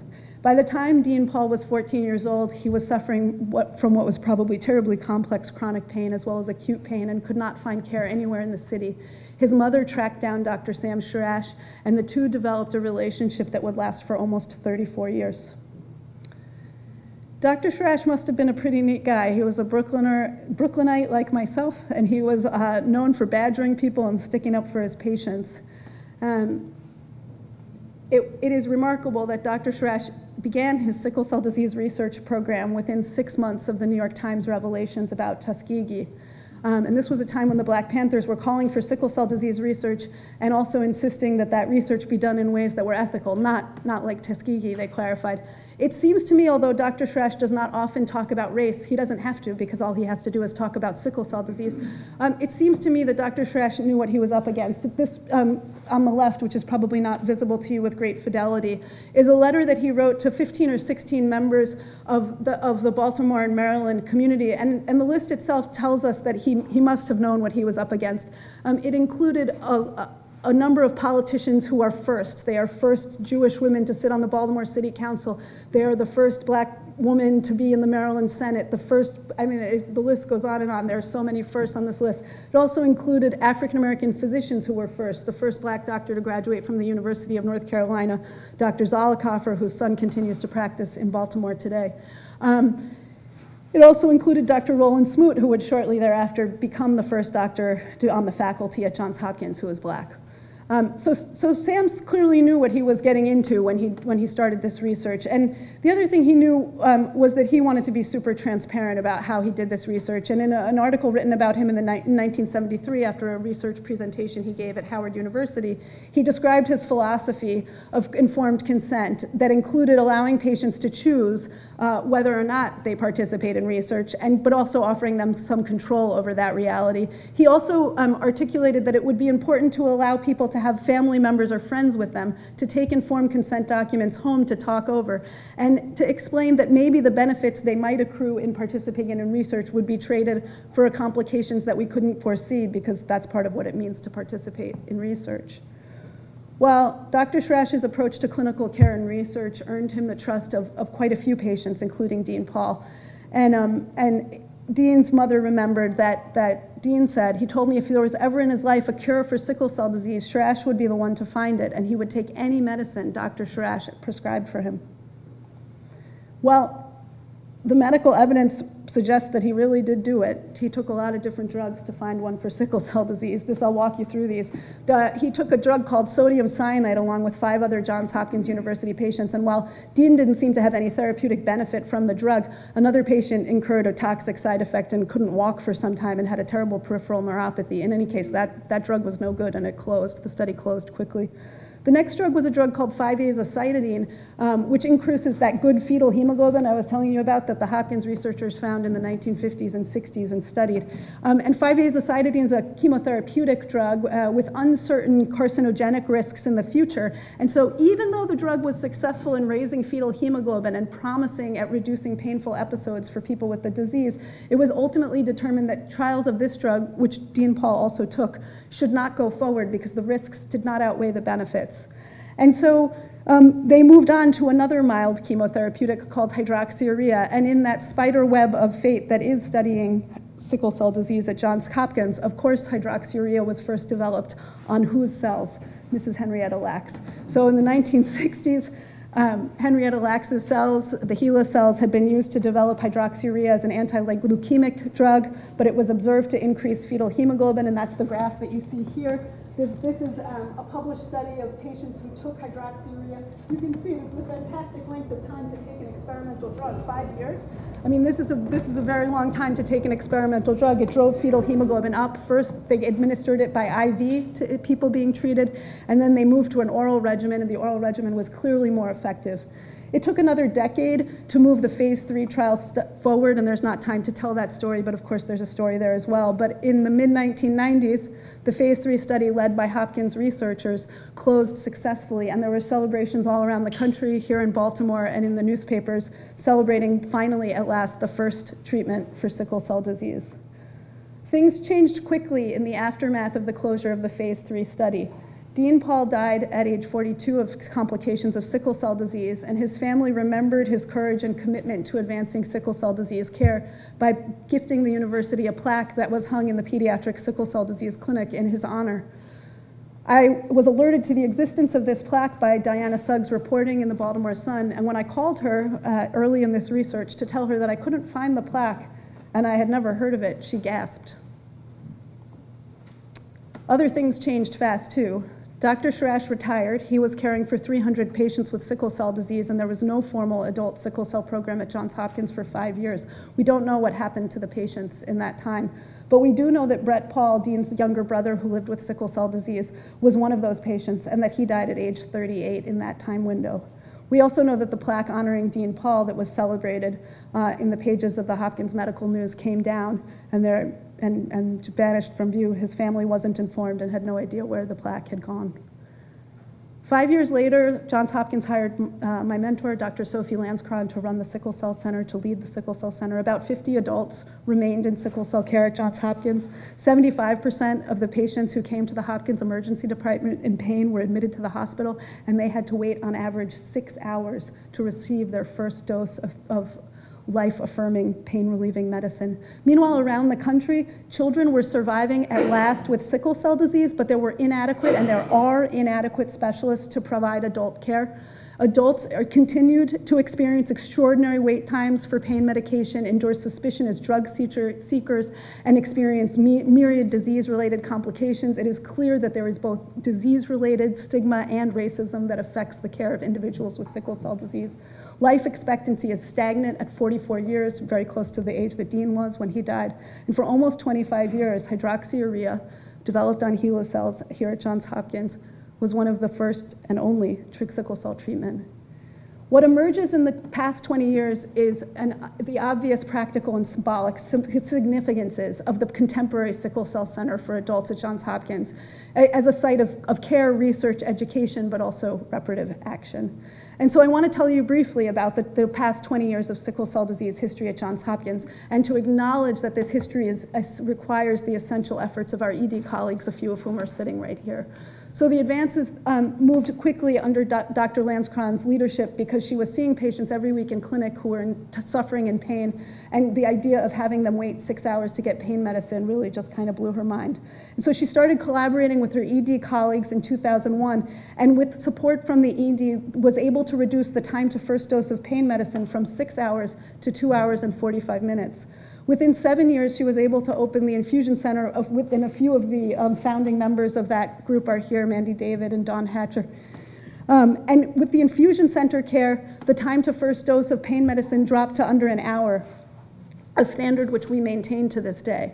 Just a few years ago, Dr. Lanscron's PCORI-funded research established that the infusion center is the model to care for adults with sickle cell disease, and it has become the national model for how to do this around the world and around the country. Meanwhile, Johns Hopkins patients have enrolled in key trials of all now 4 FDA-approved drugs for sickle cell disease. And meanwhile, Dr. Lanscron, until I joined her 5 years ago, was working 6 days a week for 15 years with no particular plan to support her in sight. Another thing happened as Dr. Lanscron built the sickle cell program, and Dr. Myron Weisfeld has drawn my attention to this. Dr. Weisfeld was the chair of the Department of Medicine and has led important efforts in the Department of Medicine to improve the diversity of our house staff and our faculty. And what Dr. Weisfeld said when he was interviewing PGY2, so second-year medicine residents, that the Sickle program was recognized by the growing population of minority house staff and fellows as the greatest symbol of the department's commitment to the health of the large minority population to whom our internal medicine service is committed. The greatest symbol. In September of 2022, with key help from our archivists and from Lauren Anthony, we identified the plaque honoring John Paul, and we were able to put it back up on the wall. With Diana Suggs' help, we were able to reach out to the Paul family, whose grace, courage, and clarity of vision regarding advancing care for people with sickle cell disease endures to this day. And while we did garner a bit of institutional attention with a story in the Hub, the reference is down there at the bottom, about our work, when we made special efforts to include the surviving Paul sisters in the photography related to our efforts, the photo that ultimately ran featured only Lauren Anthony and myself. The institution made an active choice to stamp out the contributions and meaning of our collaboration with these brave women. Meanwhile, we've been learning a lot about ourselves and how we talk about ourselves through this research, and so I wanted to talk briefly about the opportunities that this research has created. We have started an annual tradition of honoring the research contributions of people with sickle cell disease at our center, and this reframes individuals with sickle cell disease rather as people suffering in pain, people who have no agency over their life. Instead, we celebrate their courage, their altruism, their agency, and our community. We've been delivering lectures to undergraduate and medical school campuses about this history, and we are seeing the benefits of this. We believe that this work will enrich the pipeline of next generation sickle cell disease researchers and clinicians that the community desperately needs. We've been able to identify other reparative collaborations, restoring the plaque, obtaining a new portrait for Mr. Paul, and even a member of our medical community who reached out about a damaged B. Gaddy memorial on the medical campus. B. Gaddy, as you may know, is the Mother Teresa of Baltimore. There was a small damaged plaque on the Hopkins campus, and I think we have not yet restored her memory to its fullest. There is work yet to be done. But what this has mostly clarified for me with what happened in the aftermath of Dr. Sam Sharash's retirement and the collapse of sickle cell disease care at Johns Hopkins is that there is profound work needed to guarantee that individuals with sickle cell disease cared for at Johns Hopkins receive continuous expert clinical care now and in the future. At Hopkins, it costs $2 million to endow a professorship, a chair. To endow a center, it requires $10 million. A report in JAMA identified that in the entire country, foundation funding for sickle cell disease in 2019 was $9.4 million. We simply don't have the money to endow a center, and it's going to take more than this award, and I believe there are opportunities for this institution to act to secure the remarkable sickle cell disease legacy here at Hopkins, and I thank you for your attention.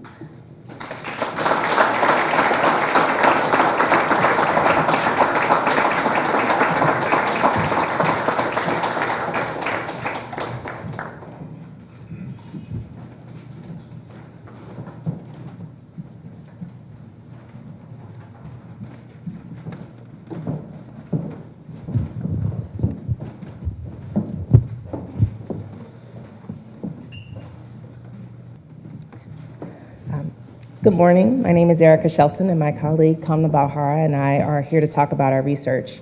Good morning. We, along with our chair, Dr. Gabe Kellen, are co-principal investigators and have engaged in this research as a self-study of our department and as a critical examination of racism and anti-racism in the Hopkins Emergency Department, or ED, from the 1960s to the present.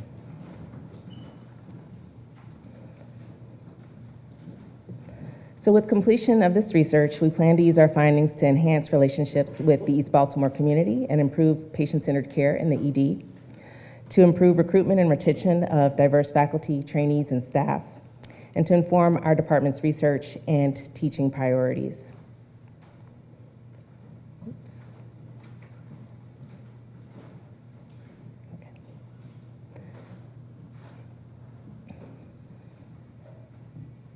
We wanted to share with you some of our findings to date, beginning with the departments and more broadly the hospital's relationship with the East Baltimore community.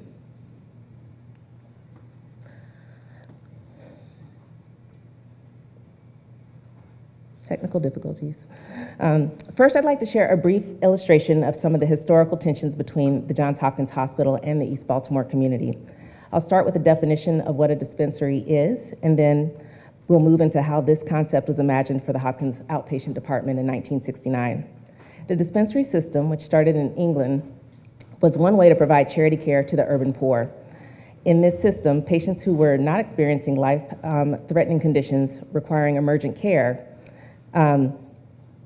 could be triaged from the emergency setting to receive what today might be considered as primary care at a low cost. The dispensary at Hopkins had been out of use since 1953, when an operational assessment of the emergency department was conducted in 1969 by Dr. Harvey Webb, pictured here, then the Associate Director of Outpatient Departments at the Johns Hopkins Hospital. Dr. Webb was hired in 1969 and was actually the first African American to join the Johns Hopkins Hospital management staff. It is perhaps not coincidental that his hiring took place that year, 1 year after the Baltimore uprising of 1968, sparked by the assassination of Dr. Martin Luther King Jr. To prepare his assessment, Webb held many meetings with local community members to solicit their feedback on their experiences with the emergency department. And given the civil unrest sparked by the assassination of Dr. King, social justice and equitable care was at the forefront of the minds of many. In his 1969 report, Webb stated, "To be realistic, we must see the emergency room as the community private physician to care for all patients well and with dignity." He goes on to advocate for the use of a dispensary to bolster the ability of the emergency department to act as this community private physician. He states, although the dispensary innovation has been helpful in the past, no attempt has been made to further extend this principle to the total service rendered to routine, non-emergent patients. Webb left Hopkins in 1971, but his keen observations of how patients were regarded, which we will share shortly, provide insight into the tensions between the hospital and the community at that time.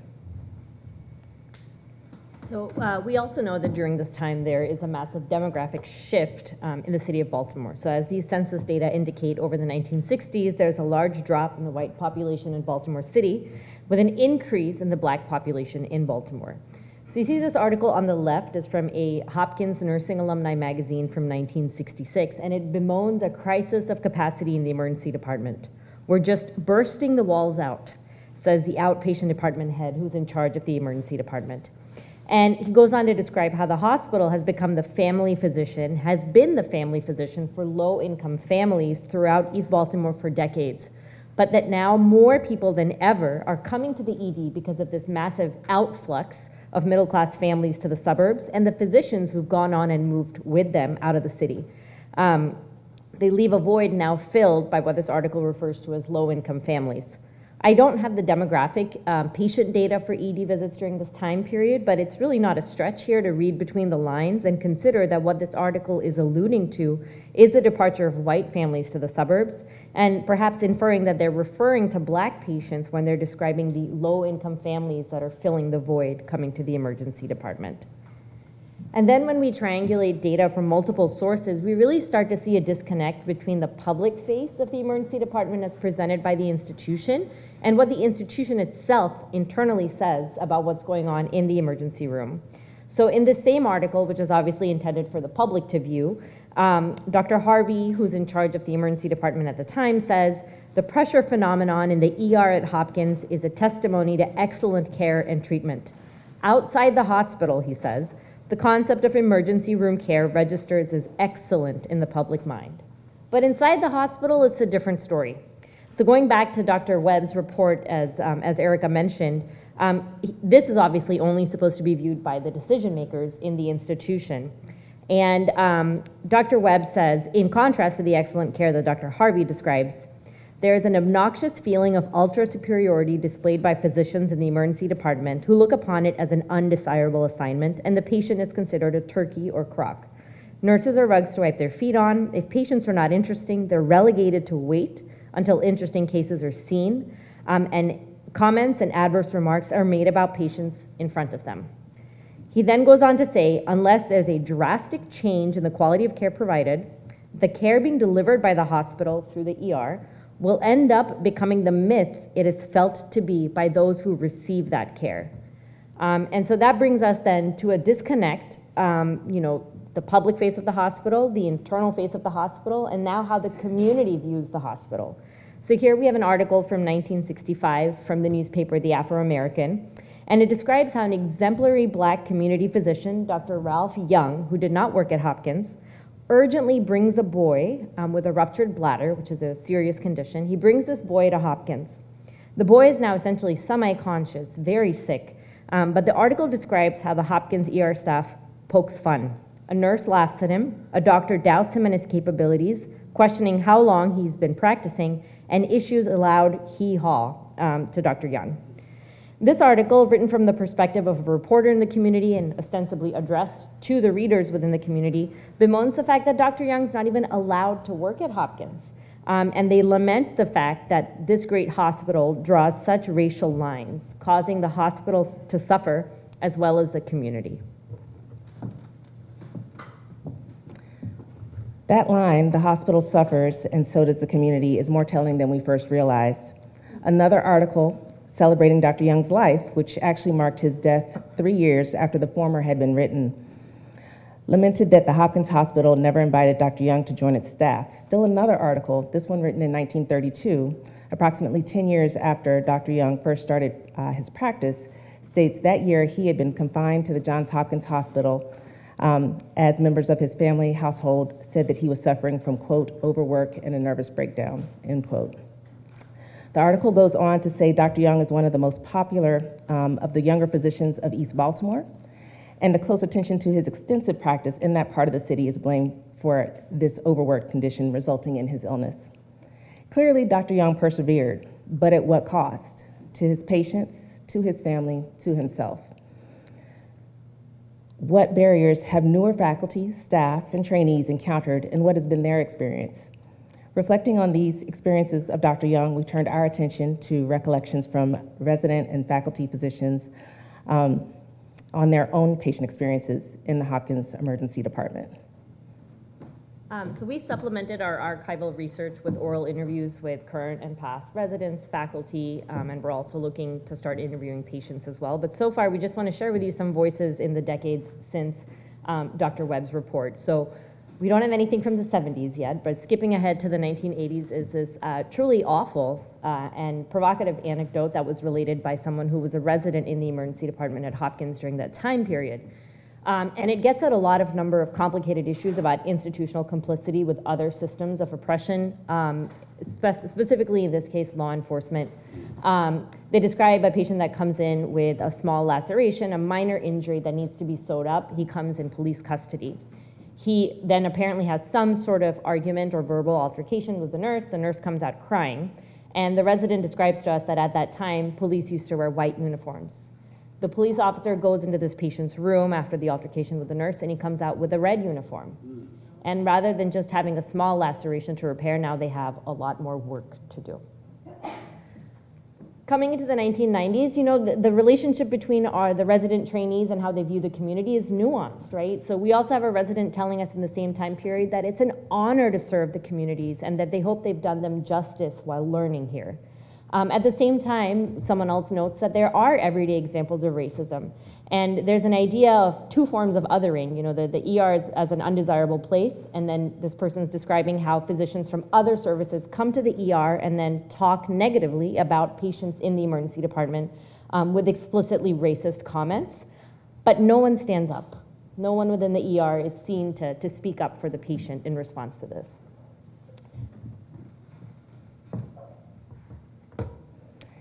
And in contrast, as we move into the 2020s, thinking about those more obvious examples of racism, it became apparent that sometimes the racism is less obvious but still present.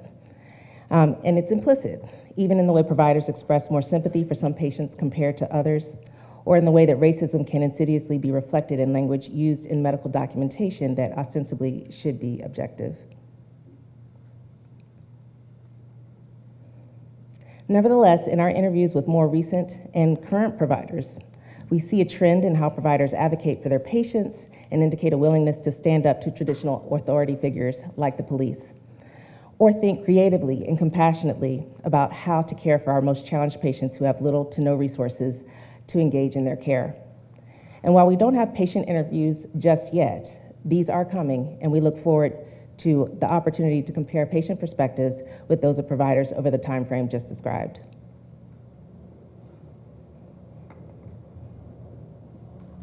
So with these considerations in mind, we kind of just want to also talk with you briefly about what, as a department, has been going on in terms of the recruitment and the flourishing of our faculty and staff and trainees who come through to take care of the community around us. So the ER as a residency program first comes around in the 1970s. So before that, the ER is staffed by learners from medicine, surgery, OBGYN. So ER becomes a thing in the 70s. And you can see that our first Black resident arrives in the 1980s, and then we skip multiple years, and there's entire years where the ER is being run by residents, and none of them is Black, while serving a community that is predominantly Black. In recent years, however, since 2008, and going hand in hand with a concerted departmental effort to enhance our recruitment practices, we have had people of color in our training program consistently since 2008. Anywhere from 8% to 33% of our residency classes have been Black, which is actually higher than the national average, which unfortunately has actually been going down. All that to say that representation matters. Black residents who could see other residents who look like them were explicit on how this factored into their decision to train at Hopkins. Regarding faculty representation, since 1990, we've had a total of 9 Black faculty, although none have been ranked higher than the level of assistant professor. For context, the numbers of Black professors and associate professors in emergency medicine nationally are low. That said, we've had several Black faculty serve in numerous roles of leadership within the department, as listed here. And finally, we'll pivot now to kind of talking about what have been the scholarly and educational priorities of our department as an academic department. And we've seen sort of a similar shift. You saw this shift in the quotations from the 80s through the 2020s, and I think that sort of shift is also mirrored in how the formal priorities of the department have evolved.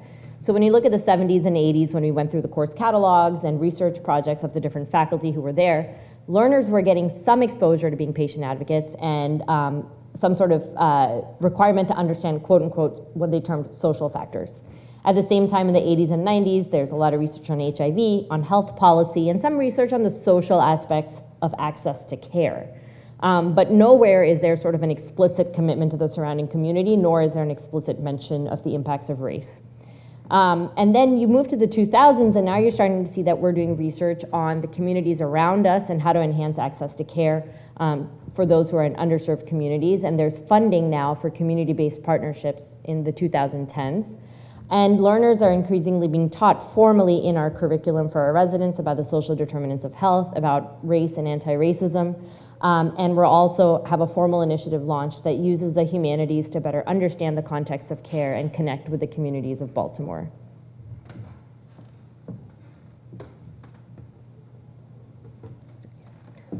Okay, it's still me, I guess. So at the same time, this kind of goes along with what the residents are noting. So on paper, we're making strides, but the culture of the department in the 2010s still seems constrained. And so a prior resident from the 2010 notes that there are Black bodies being shot multiple times, but there's no interventions coming from the department to try to stop that. We're seeing the end result, but there's no concerted effort to intervene before it happens. And then even after the killing of Freddie Gray and the subsequent conversation that animates the community of Baltimore and the communities that our residents are serving, they know that within the program itself, we're not really talking about this. So despite the fact that this conversation is going on in such an important way in the surrounding communities, there's less conversation about it within our own department. So even that sort of major event doesn't quite catalyze the degree of conversation that Erica will now tell you about.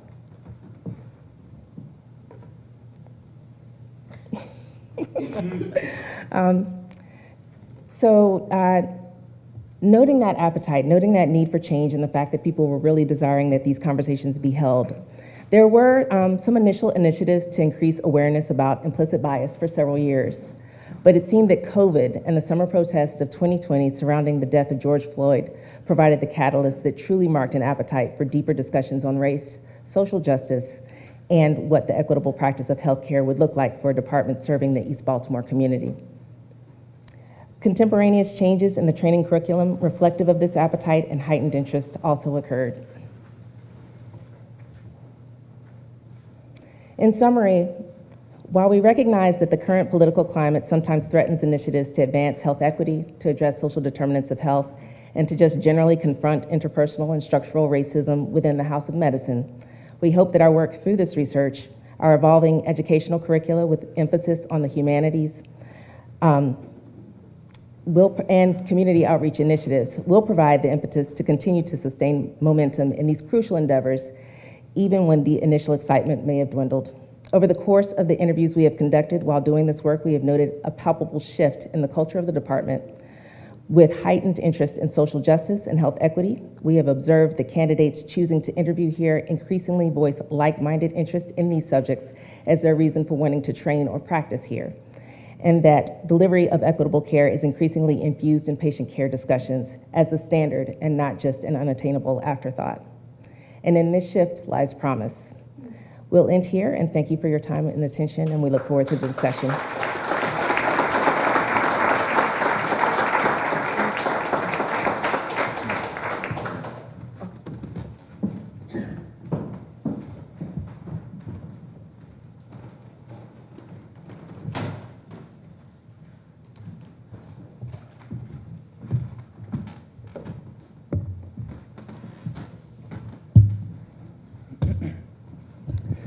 Hello. Thank you. My name is Dr. Daniel Cumming. I'm a postdoctoral fellow in racism, immigration, and citizenship, and I'm also a fellow in Inheritance Baltimore, Humanities and Arts Education for Black Liberation. Foremost, I'm a historian in the modern US, and I study urban inequality in the 20th century.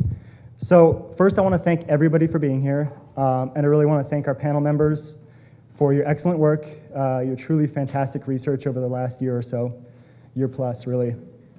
What I'm going to try to do here is I'm going to offer a few comments on each paper, and then I'll weave together some common themes that I'm pulling out, which I see as counter-narratives, the methods of repair, and how personal can shape the political. Then I'm going to zoom out, and I'm going to ask a few big questions for the panel to think about together, connecting this fantastic body of scholarship to our shared project of repair, and also, on a larger scale, reparations.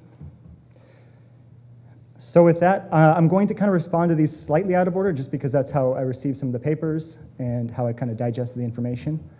So I'm going to start with our first group of scholars, actually, Fly in the Buttermilk. This is an excellent history into the work and legacy of Vivien Thomas, a pioneer in cardiac surgery and a Black physician at Hopkins Hospital, detailing the incredibly complicated and dehumanizing navigation of Hopkins' white professional spaces and partnerships over the course of Dr. Thomas's long career, what he calls a fly in the buttermilk in his autobiography. Dr. Higgins and team have arrived at a paradox that collapses the historical distance between Jim Crow Hopkins and post-racial Hopkins, at least as the university likes to tell it. In particular, this research team interrogates the paradox of Dr. Thomas as a forced outsider during his career versus his warm embrace by the university today.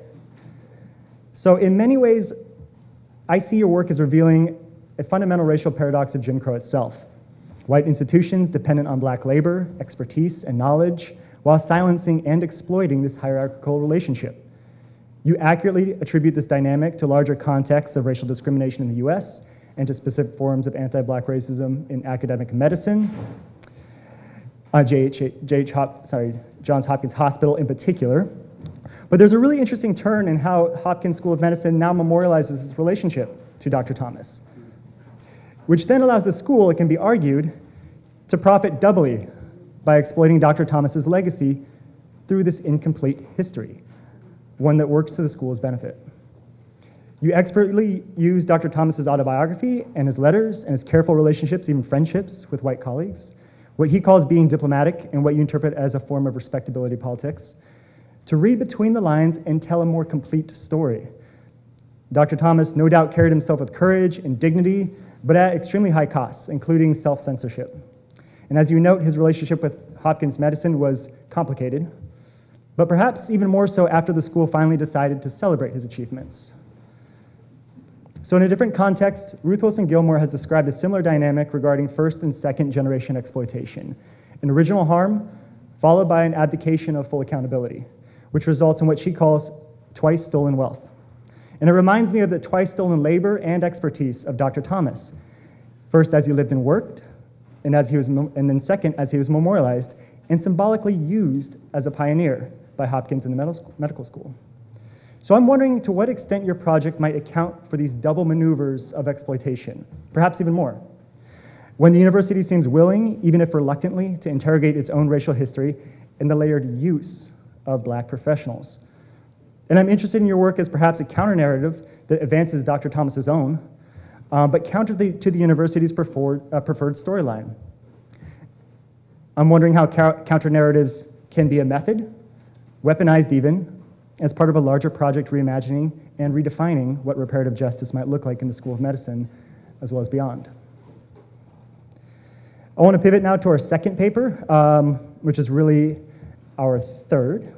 But this is a fascinating history that we just heard about the emergency medicine department at Hopkins Hospital, which, noted in the paper, was the only medical specialty that developed in response to community demands after the city's uprising that followed the assassination of Martin Luther King in 1968. So at Hopkins since 1974, as our researchers told us, the emergency medicine has had this tense relationship with low-income and predominantly Black East Baltimoreans, operating as both a site of much-needed services, but also disrespectful and discriminatory in its treatment of patients, even reproducing segregated facilities when hospital authorities plan to create a health clinic for primary care. Crucially, you show how this mid-century moment of expansion in hospital services threatened to reproduce the vestiges of Jim Crow healthcare, but was challenged by Black political leaders such as Pete Rawlings, who filed a complaint of racial discrimination. And yet even so, as Hopkins expanded and would continue to do so through the 1980s, absorbing City Hospital, among other East Baltimore clinics and care plans, no Black residents were enrolled in the emergency medicine program, not until 1982. This was followed by only one Black resident per year in 84, 1990, 1999, and 2000. Black faculty as well remained scarce. And since 1994, only 7 Black faculty have worked in the emergency medicine department, with none advancing beyond assistant professor. Interestingly, in the paper, you also describe how an ethics course in the curriculum, which had been established in 1986, seems to disappear from resident training by 1993, 1994. And yet, as you show, the emergency medicine department has emerged in recent years at the forefront of anti-racist programs in emergency medicine, with health equity and social justice principles at the core of its commitments.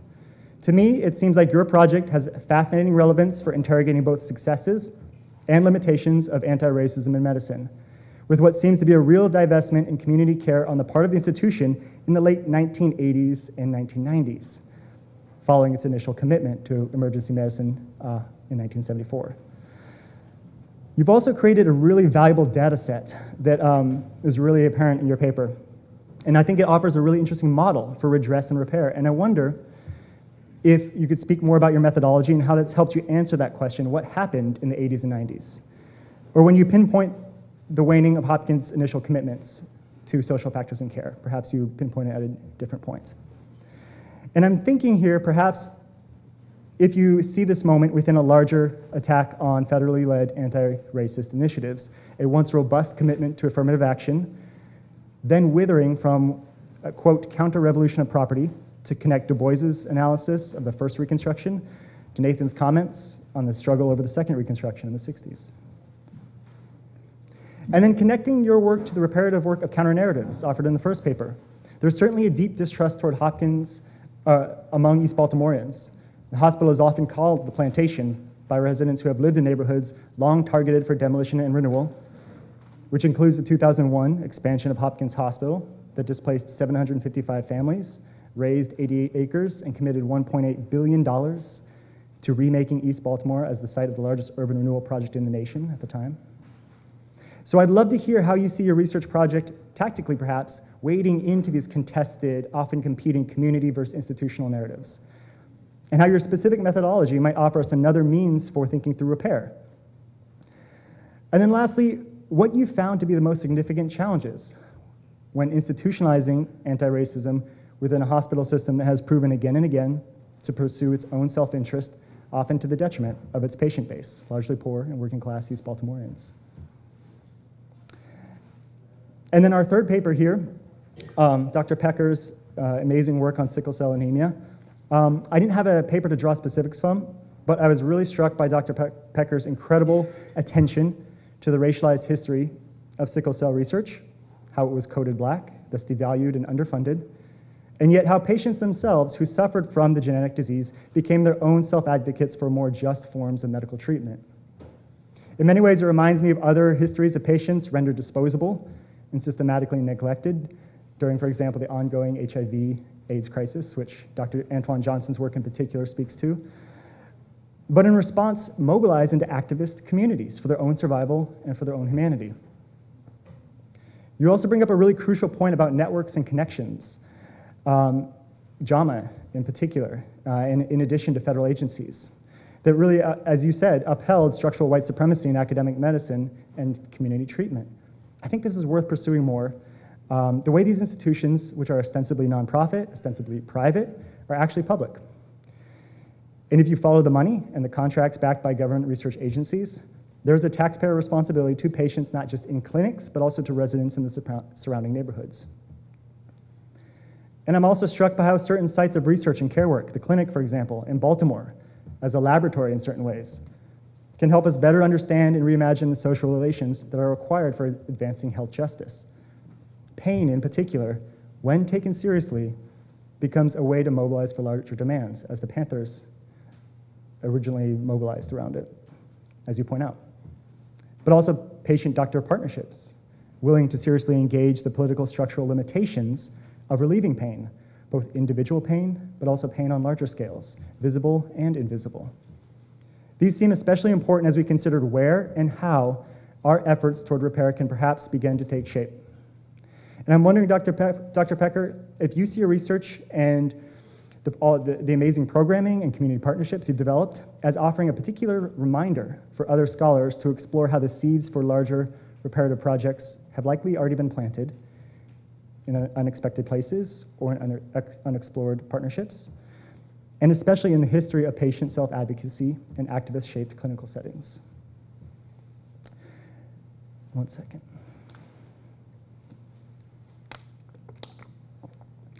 And then lastly, I want to pivot from these fantastic papers and ask big questions of the group related to the larger project of repair.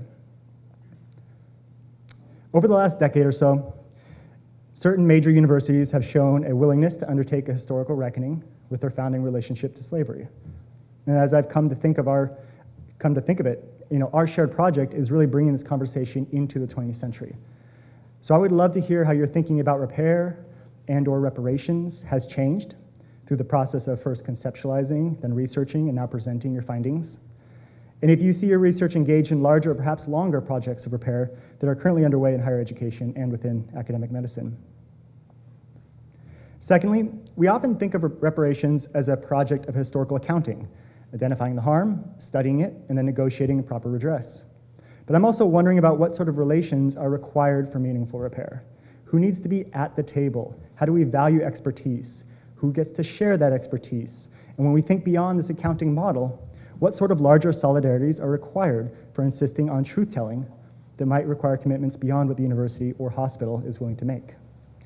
In this mode, I'm kind of thinking about and drawing from a long history within the Black radical tradition, thinking from first to second, if not third Reconstruction, as Nathan helpfully framed, but also at particular moments, such as the 5-month strike for Black studies at San Francisco State in 1969, or Tony K. Bambara's realizing the dream of the Black University in the 1970s. I'm also thinking about how activists and scholars today have taken up Du Bois's abolition democracy as a way to interrogate intensifying links between police, surveillance, prisons, debt, and higher education. And then lastly, modern universities and the academic medical centers today are institutions that operate through various modes of accumulation. And that should challenge our assumptions about their tax-exempt status, and even higher education and professional training as an unquestionable public good, at least in its current form. Here in Baltimore, this looks like over $59 million in annual tax exemptions on $2 to $3 billion in assessable property for the university and its hospital system. A nonprofit status that the hospital is able to claim through its community benefits, which is a highly contested category by residents and activists alike. This also looks like a nonprofit academic medical complex with plans to expand a private police force against the stated interests of surrounding communities.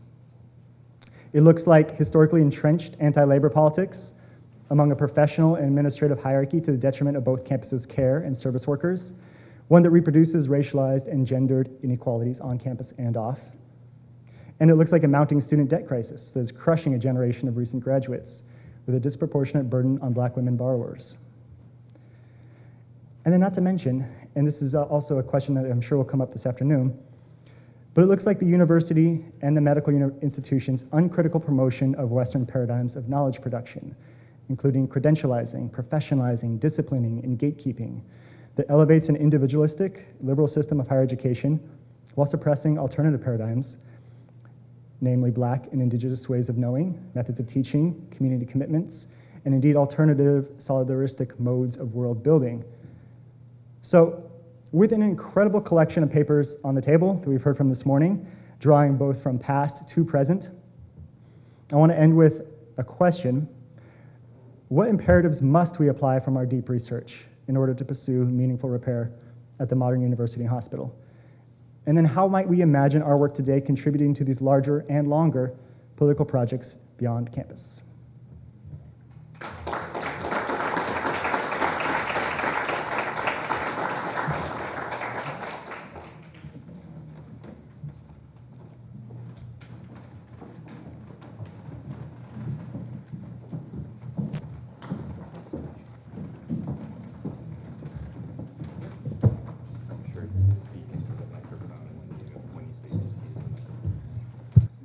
Yes, good morning. My name is Wally Gill. I would like to ask a question about the Vivien Thomas Academy. When did it start? The ages? What does it do? First time I heard about it. Thank you. So there was a, can you guys hear me okay? Yeah. There was a scholarship initiative started at the Bloomberg School of Public Health. I want to say it was within the last 3 years or so.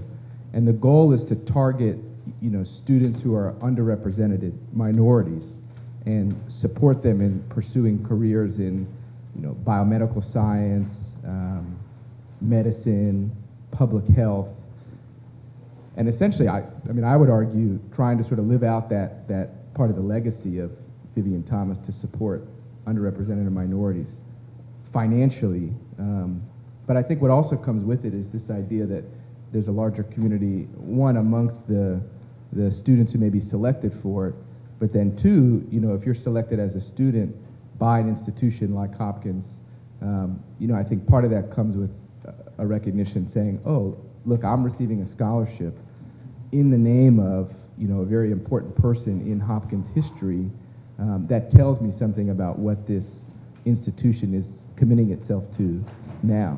And I think as we see, and this gets, I think, into your questions a little bit, right, about what does repair and reparations look like for Hopkins now.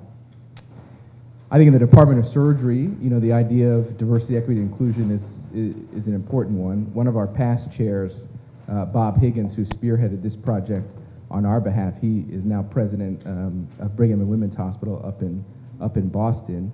But also Andrew Cameron, who's our department chair now, the interim department chair. I mean, there's in a lot of ways a clear commitment to saying, hey, we want to do more for diversity efforts. But I think you also see it in sort of day-to-day conversations. Let me give you two examples.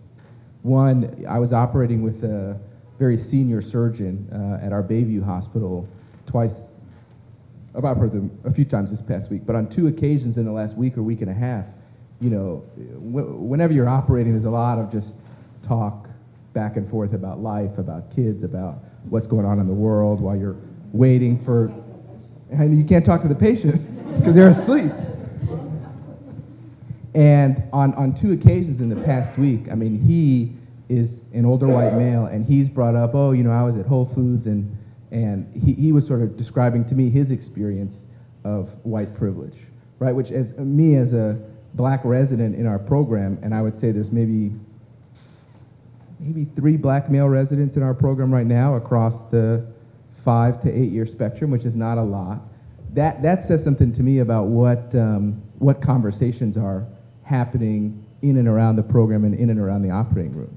I'll give you another example. Every week we have a conference called Morbidity and Mortality Conference where we go through the complications that we've had as a Department of Surgery over the past couple weeks. So we talk about when people have to get readmitted, people that have to go back to the operating room for bleeding, patients that die. And in a city like Baltimore, where many of the years, in recent years, we've had over 300 homicides, not to mention many other patients who are shot and come to the hospital, there's always going to be complications. Even if you do the surgery as best you could, based on the injury pattern that they have, there's going to be complications. And there's always going to be patients, unfortunately, that die. It's not uncommon for us to get a patient who has many gunshot wounds, let's say to the chest, to the belly, they have injuries to their blood vessels, they have injuries to their stomach, and we give them a lot of support, right? We give them a lot of drugs to try to support their blood pressure, we give them a lot of blood products. The cost of an average unit of blood is probably somewhere around $150, $200. I took care of a patient just a few months ago who we took to the operating room and tried to save his life for, I would say, 8 to 12 hours. And in that 10-hour period, we gave him 275 units of blood, which is a lot. That's a lot of blood, right? The cost of that blood transfusion alone is probably close to $50,000, not to mention the ICU care, the operating room costs, et cetera. The point I'm trying to make is at this conference that we have, I very distinctly remember Andrew Cameron, who's our current interim chair, asking, we're spending all this money to try to save the patient's life after the fact, right? Why aren't we doing, or what else could we be doing more to prevent it? And I think some of that comes in the conversations that we're starting to have, or I think more people are starting to have. I think some of it comes in some of these initiatives like the Vivien Thomas Scholars Initiative, and then I think some of it comes in this sort of work that, all of us in this room are here because we're interested in this type of work to sort of further these conversations of self-reflection. What's the age range of the students that you're attending? The Scholars Initiative one is targeted to, I want to say, graduate students, so, after college. But I believe there's another academy in Baltimore that, yeah. Thank you. Do we have a question here?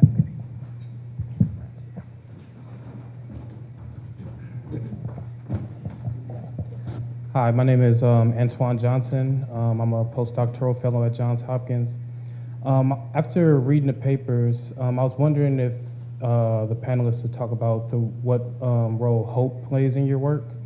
And I asked that thinking about the emergency medicine article.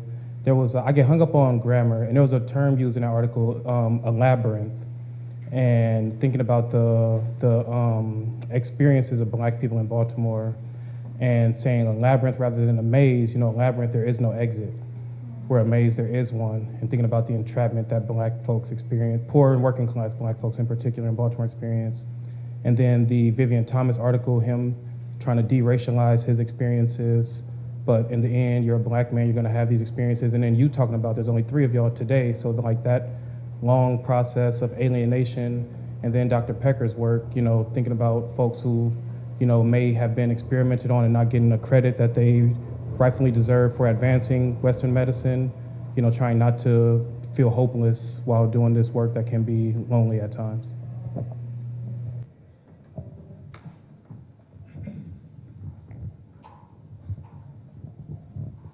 So in thinking about that word hope that you used, I think for us in the department, a lot of that is predicated on community partnership, right? Like the amount of hope that I think patients have, or their expectations even in terms of the care that they get in the emergency department, oftentimes there's a lack of it because historically they haven't been involved, they haven't had a voice.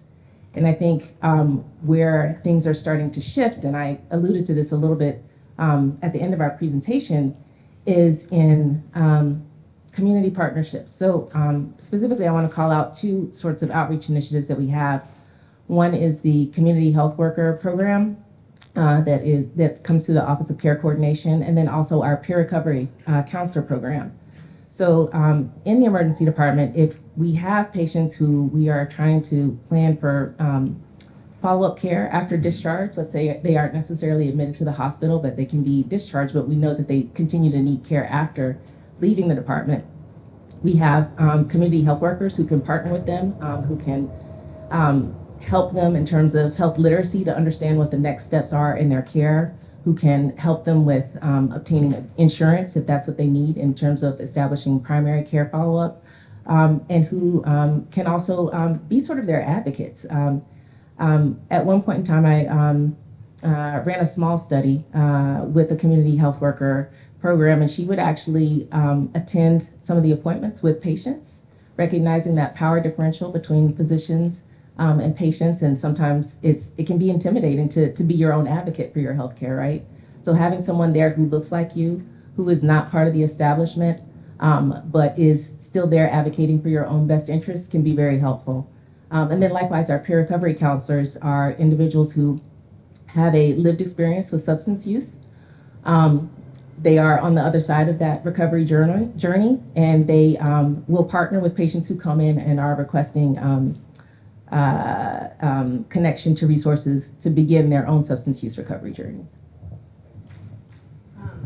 And if I can just add in, like from an educator's lens, when I think about hope, I think about what is the next generation of trainees, or maybe the next generation of physicians and educators. What are they going to bring to the table? And is what they bring to the table going to be vastly different from what I came to the table with when I finished training? And I think the answer, at least from what I see with our residents, is yes. We have residents who've graduated from our program where we've been having these structured conversations around race, racism, and discrimination. And we've also been bringing in people like our peer recovery coaches as co-teachers in those sessions. And we already have residents who've graduated and are taking these approaches to where they're working. So we're seeding it and hoping that it's going to be exponential and self-sustaining.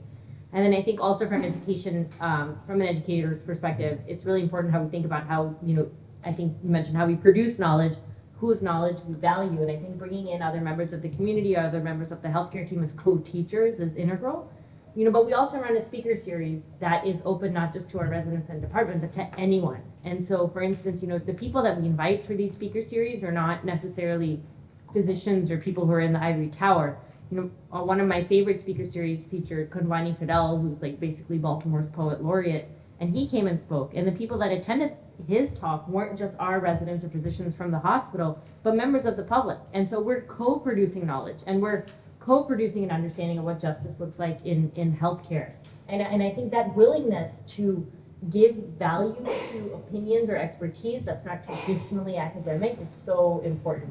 And just the last thing I'll say, and then I'll stop talking, I promise. One of the other themes, within the residency program, in terms of who we're recruiting, in terms of our educational focus, I think a focus on equity has really become entrenched. But for faculty, I think for people that are producing knowledge, working hand in hand with the community, one of the themes that's come out from my interviews is that the institution doesn't value that same knowledge or work as academic currency. And so if you don't have academic currency and you're not being able to advance within the institution, that limits your power to advocate and agitate. And so I think that kind of work needs to be valued in the same way as some of the more traditional academic modes of production of knowledge. So I think that's one area I think that we're way behind. Do others want to? Dr. Johnson, it's I was just going to speak to Dr. Johnson's question. Would you mind? Thanks. I wanted to say a couple things. The first is it's a really important question about hope, and actually hope is understudied in sickle cell disease. It's actually a site of disparity. We know how there are people interested in how hope works in pediatric cancer and other diseases, but actually I think the absence of study of hope in sickle cell disease is another example of the dehumanization of the patient population. So I think it's an interesting question in that way. I wanted to just say, we have Dr. Cummings, not too good postdoc. Anyway, sorry. We're here across multiple languages. We're clinicians, as you can tell. And we're kind of pathologically predisposed to hope. It's part of our clinical practice. It's part of what gets us up in the morning is hope. So, I think we're self-selected as hopeful people. Something that's given me hope and interest in the work that I've done is that, so much of how we're pounded and how we think about ethics, particularly at this institution, but around the country, is with the truly horrifying negative case studies, the true ethical violations of care and research. And at the same time, if you look across that history, there have always been people who have said this is wrong and there's another way to do this. And so on the one hand, we can't forget the grave violations that have been committed, and yet at the same time, in my research, the story of Dr. Lown in the blood bank and confronting Blaylock about practices of exploiting Black patients to get blood transfusions and of segregating the blood in general, the story of Dr. Sharash and his ideas about consent. They're not perfect stories. None of the actors in these stories are perfect. None of us are perfect. But I think the idea that there are counterexamples across history, that people have always known that certain things are wrong to do to people, that gives me hope. And then two other things that give me hope. Dr. Lauren Anthony over there, future Dr. Lauren Anthony. Lauren Anthony is going to medical school, and that gives me hope. And Ari over there, he's one of our medical students, and he gives me hope. And the other thing that gives me hope is that we're going to have more conversations like this, because it's clear that neither the biomedical enterprise nor, all due respect to my unbelievably articulate and talented liberal arts colleagues, it's clear that none of us have a language alone that can speak to everybody. And so I do think we have to evolve a language that can speak to everybody, and I don't think either group of us can do it alone. So this work has been hopeful to me for that reason. Thanks. Kind of lost my train of thought, but okay. But anyway, I'm Cheryl Hinton. I am a community member of Baltimore, a longtime community member, and very active in a lot of nonprofit organizations. But one thing that I heard you say today that was really profound for me is all this information about what you're doing in the community, but I don't see you. I don't see you. How would I know about the resources that you have? I've been a long time and now not a caregiver, but a caregiver for my mom who passed last year at 101. I would know about these resources that you have if I didn't do the research myself. It's not prevalent. It just seems so insular to me that only you know about it, only you have researched about it, only your medical terminologies that you use are being out there. I don't know if a lot of people know, doctor, that how much blood is used for a gun victim. I think that if more people knew about what it took to save their life, I think a whole lot of things would change. But we don't know that end of it. We just know about the gun violence here in Baltimore, how many have not survived, how many may have been shot but have been able to survive. But we don't know about the medical side of it, how much it takes, and who's even paying for that. And so I think that if the community knew more about the other side of that, things could have the opportunity to change. As far as sickle cell is concerned, one of my childhood friends suffered with sickle cell and became a doctor herself. She lived a lot longer than people expected her to live. But she was born in the 50s. So I know that it was very difficult for her to live. She even lost the nerve to smile throughout all of that. And so if you can just imagine, having an illness like that and losing the nerve to smile, you would smile more. And she did. She just covered it, but her eyes were what was smiling for me.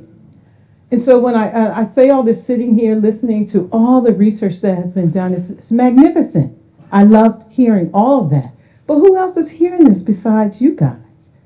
Where can we find the information? So when I leave here today and I go to pick up my grandchild from a homeschooling initiative, how can I tell her teachers, you should know this and you should know that? How can they access this information?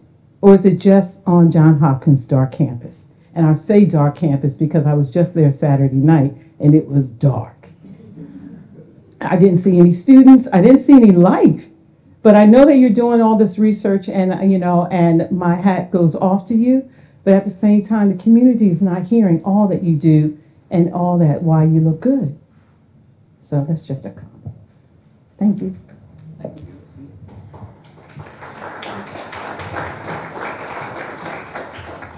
Do you want to respond? We have 5 minutes. So I'll attempt to respond to that. First and foremost, I'll say that you are correct. We do need to do a better job. I think that I can speak, I guess, I'm most informed about what we're doing in the emergency department, so I don't want to put words in other people's mouths. But I will say that in terms of the community outreach initiatives that I mentioned, those are specifically for patients who come into the department and present with those needs. So it's not necessarily something that we would publicize as an all-comer sort of thing, but it's for someone who presents with that need when they come to the emergency department.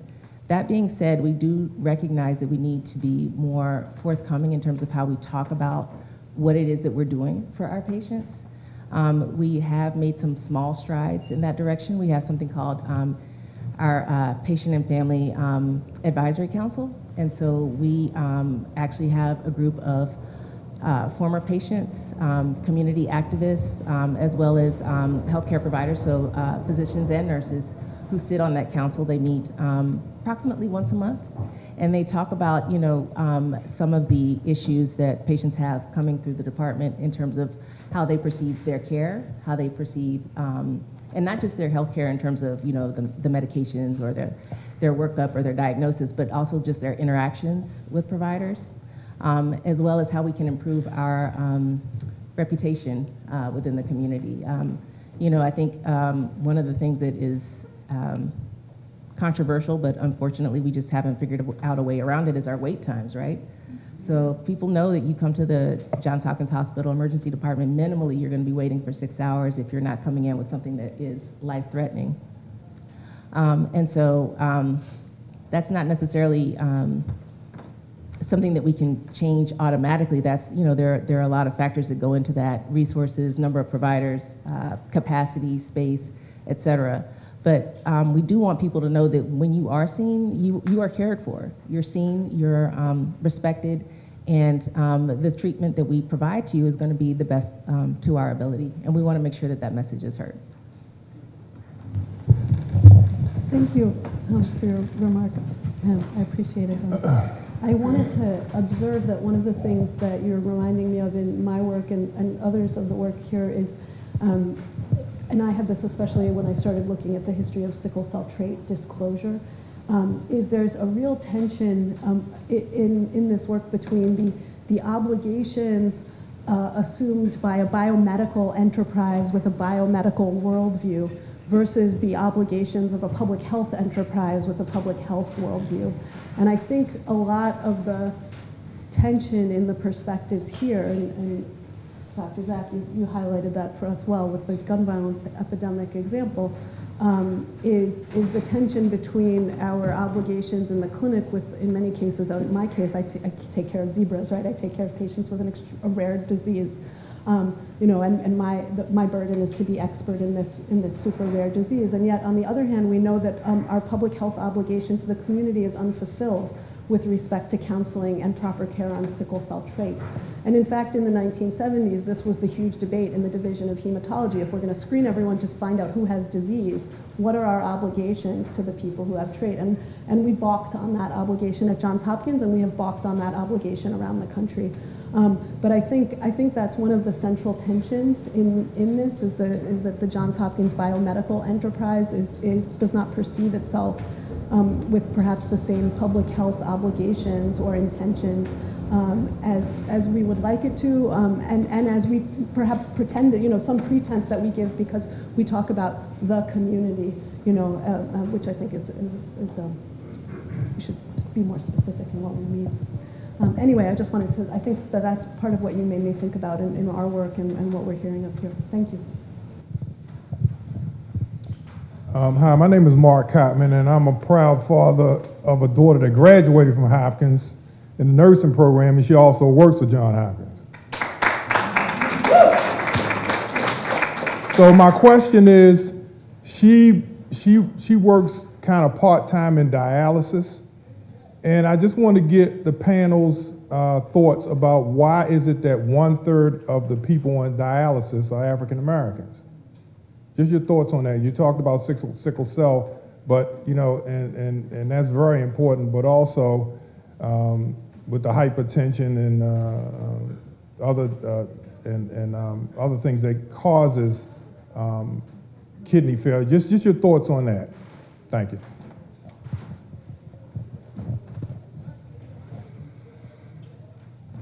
I don't usually play the "I'm just a pediatrician" card, but I'm going to play it right now, sir. I don't know why she's handing it over to the surgeon. I mean, I'm going to pass it to them in a second. But you bring up a good question, which I think has a very complex answer, because there's clearly not one factor that contributes to it, right?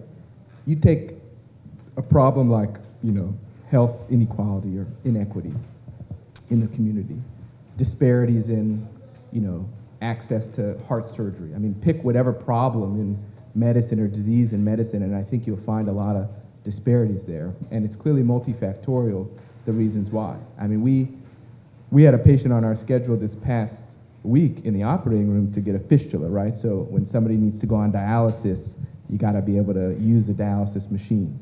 And so sometimes you can do it through a special IV in your neck, for example, or you get a surgical procedure done so that you can just get the access in your arm. And we were sitting there, actually there was a patient awake that we were operating on, and that patient had heard that another patient had canceled because the schedule got moved around. And he said to us, you know, I don't know why somebody would cancel on a surgeon's time is so precious, this and that. And then the same surgeon I was operating with said, yeah, you know, I was thinking about the same thing, but some people like you and me don't have issues, you know, just getting transportation to the hospital. So even something as simple as having a bus card or catching the bus or making your appointment is gonna have long-lasting sort of butterfly effects to your ability to access healthcare. I mean, some of the patients that we take care of have very complex needs after they leave the hospital, right? They need nursing to come to their house to change a wound. They need help emptying a drain that we may have left after a surgery.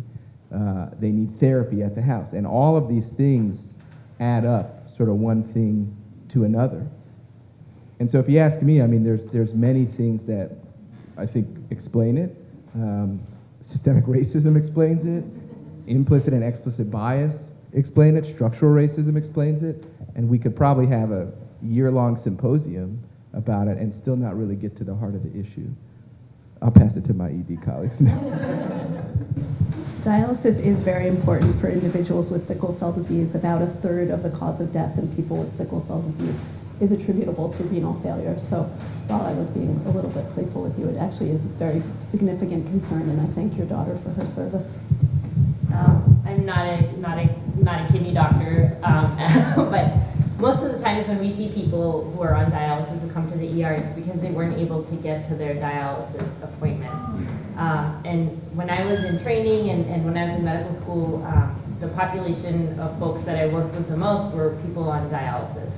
And one other aspect of it is dialysis is one treatment. Dialysis, for many people, is a bridge to getting a kidney transplant. But the rates of people who are Black getting kidney transplants are different. And one of the things that we found was that kidney doctors spent less time talking about transplant as an option to their patients who were Black. So there's also, as Dr. Enumah pointed out, you know, there are implicit, explicit biases, but you know, we talk about systemic racism, structural racism.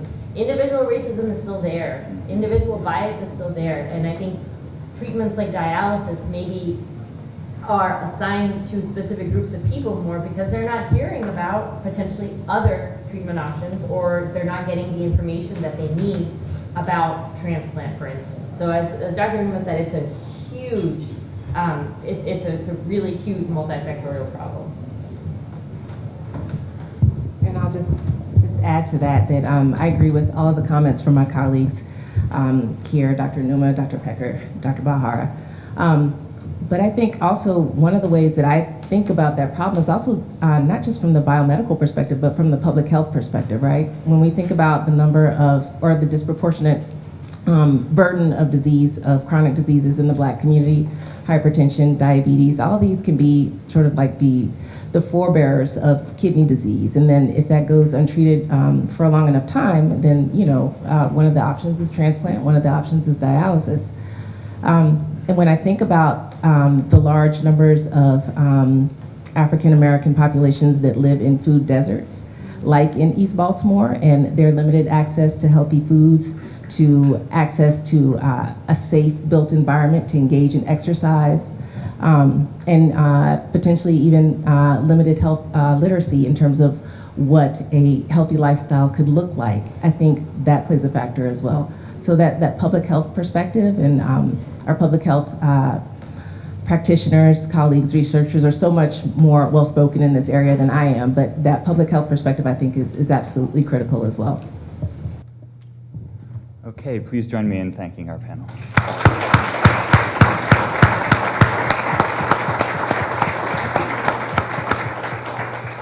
Okay, now it's lunchtime. Lunch is over here, and we'll resume at 1:15. Yeah.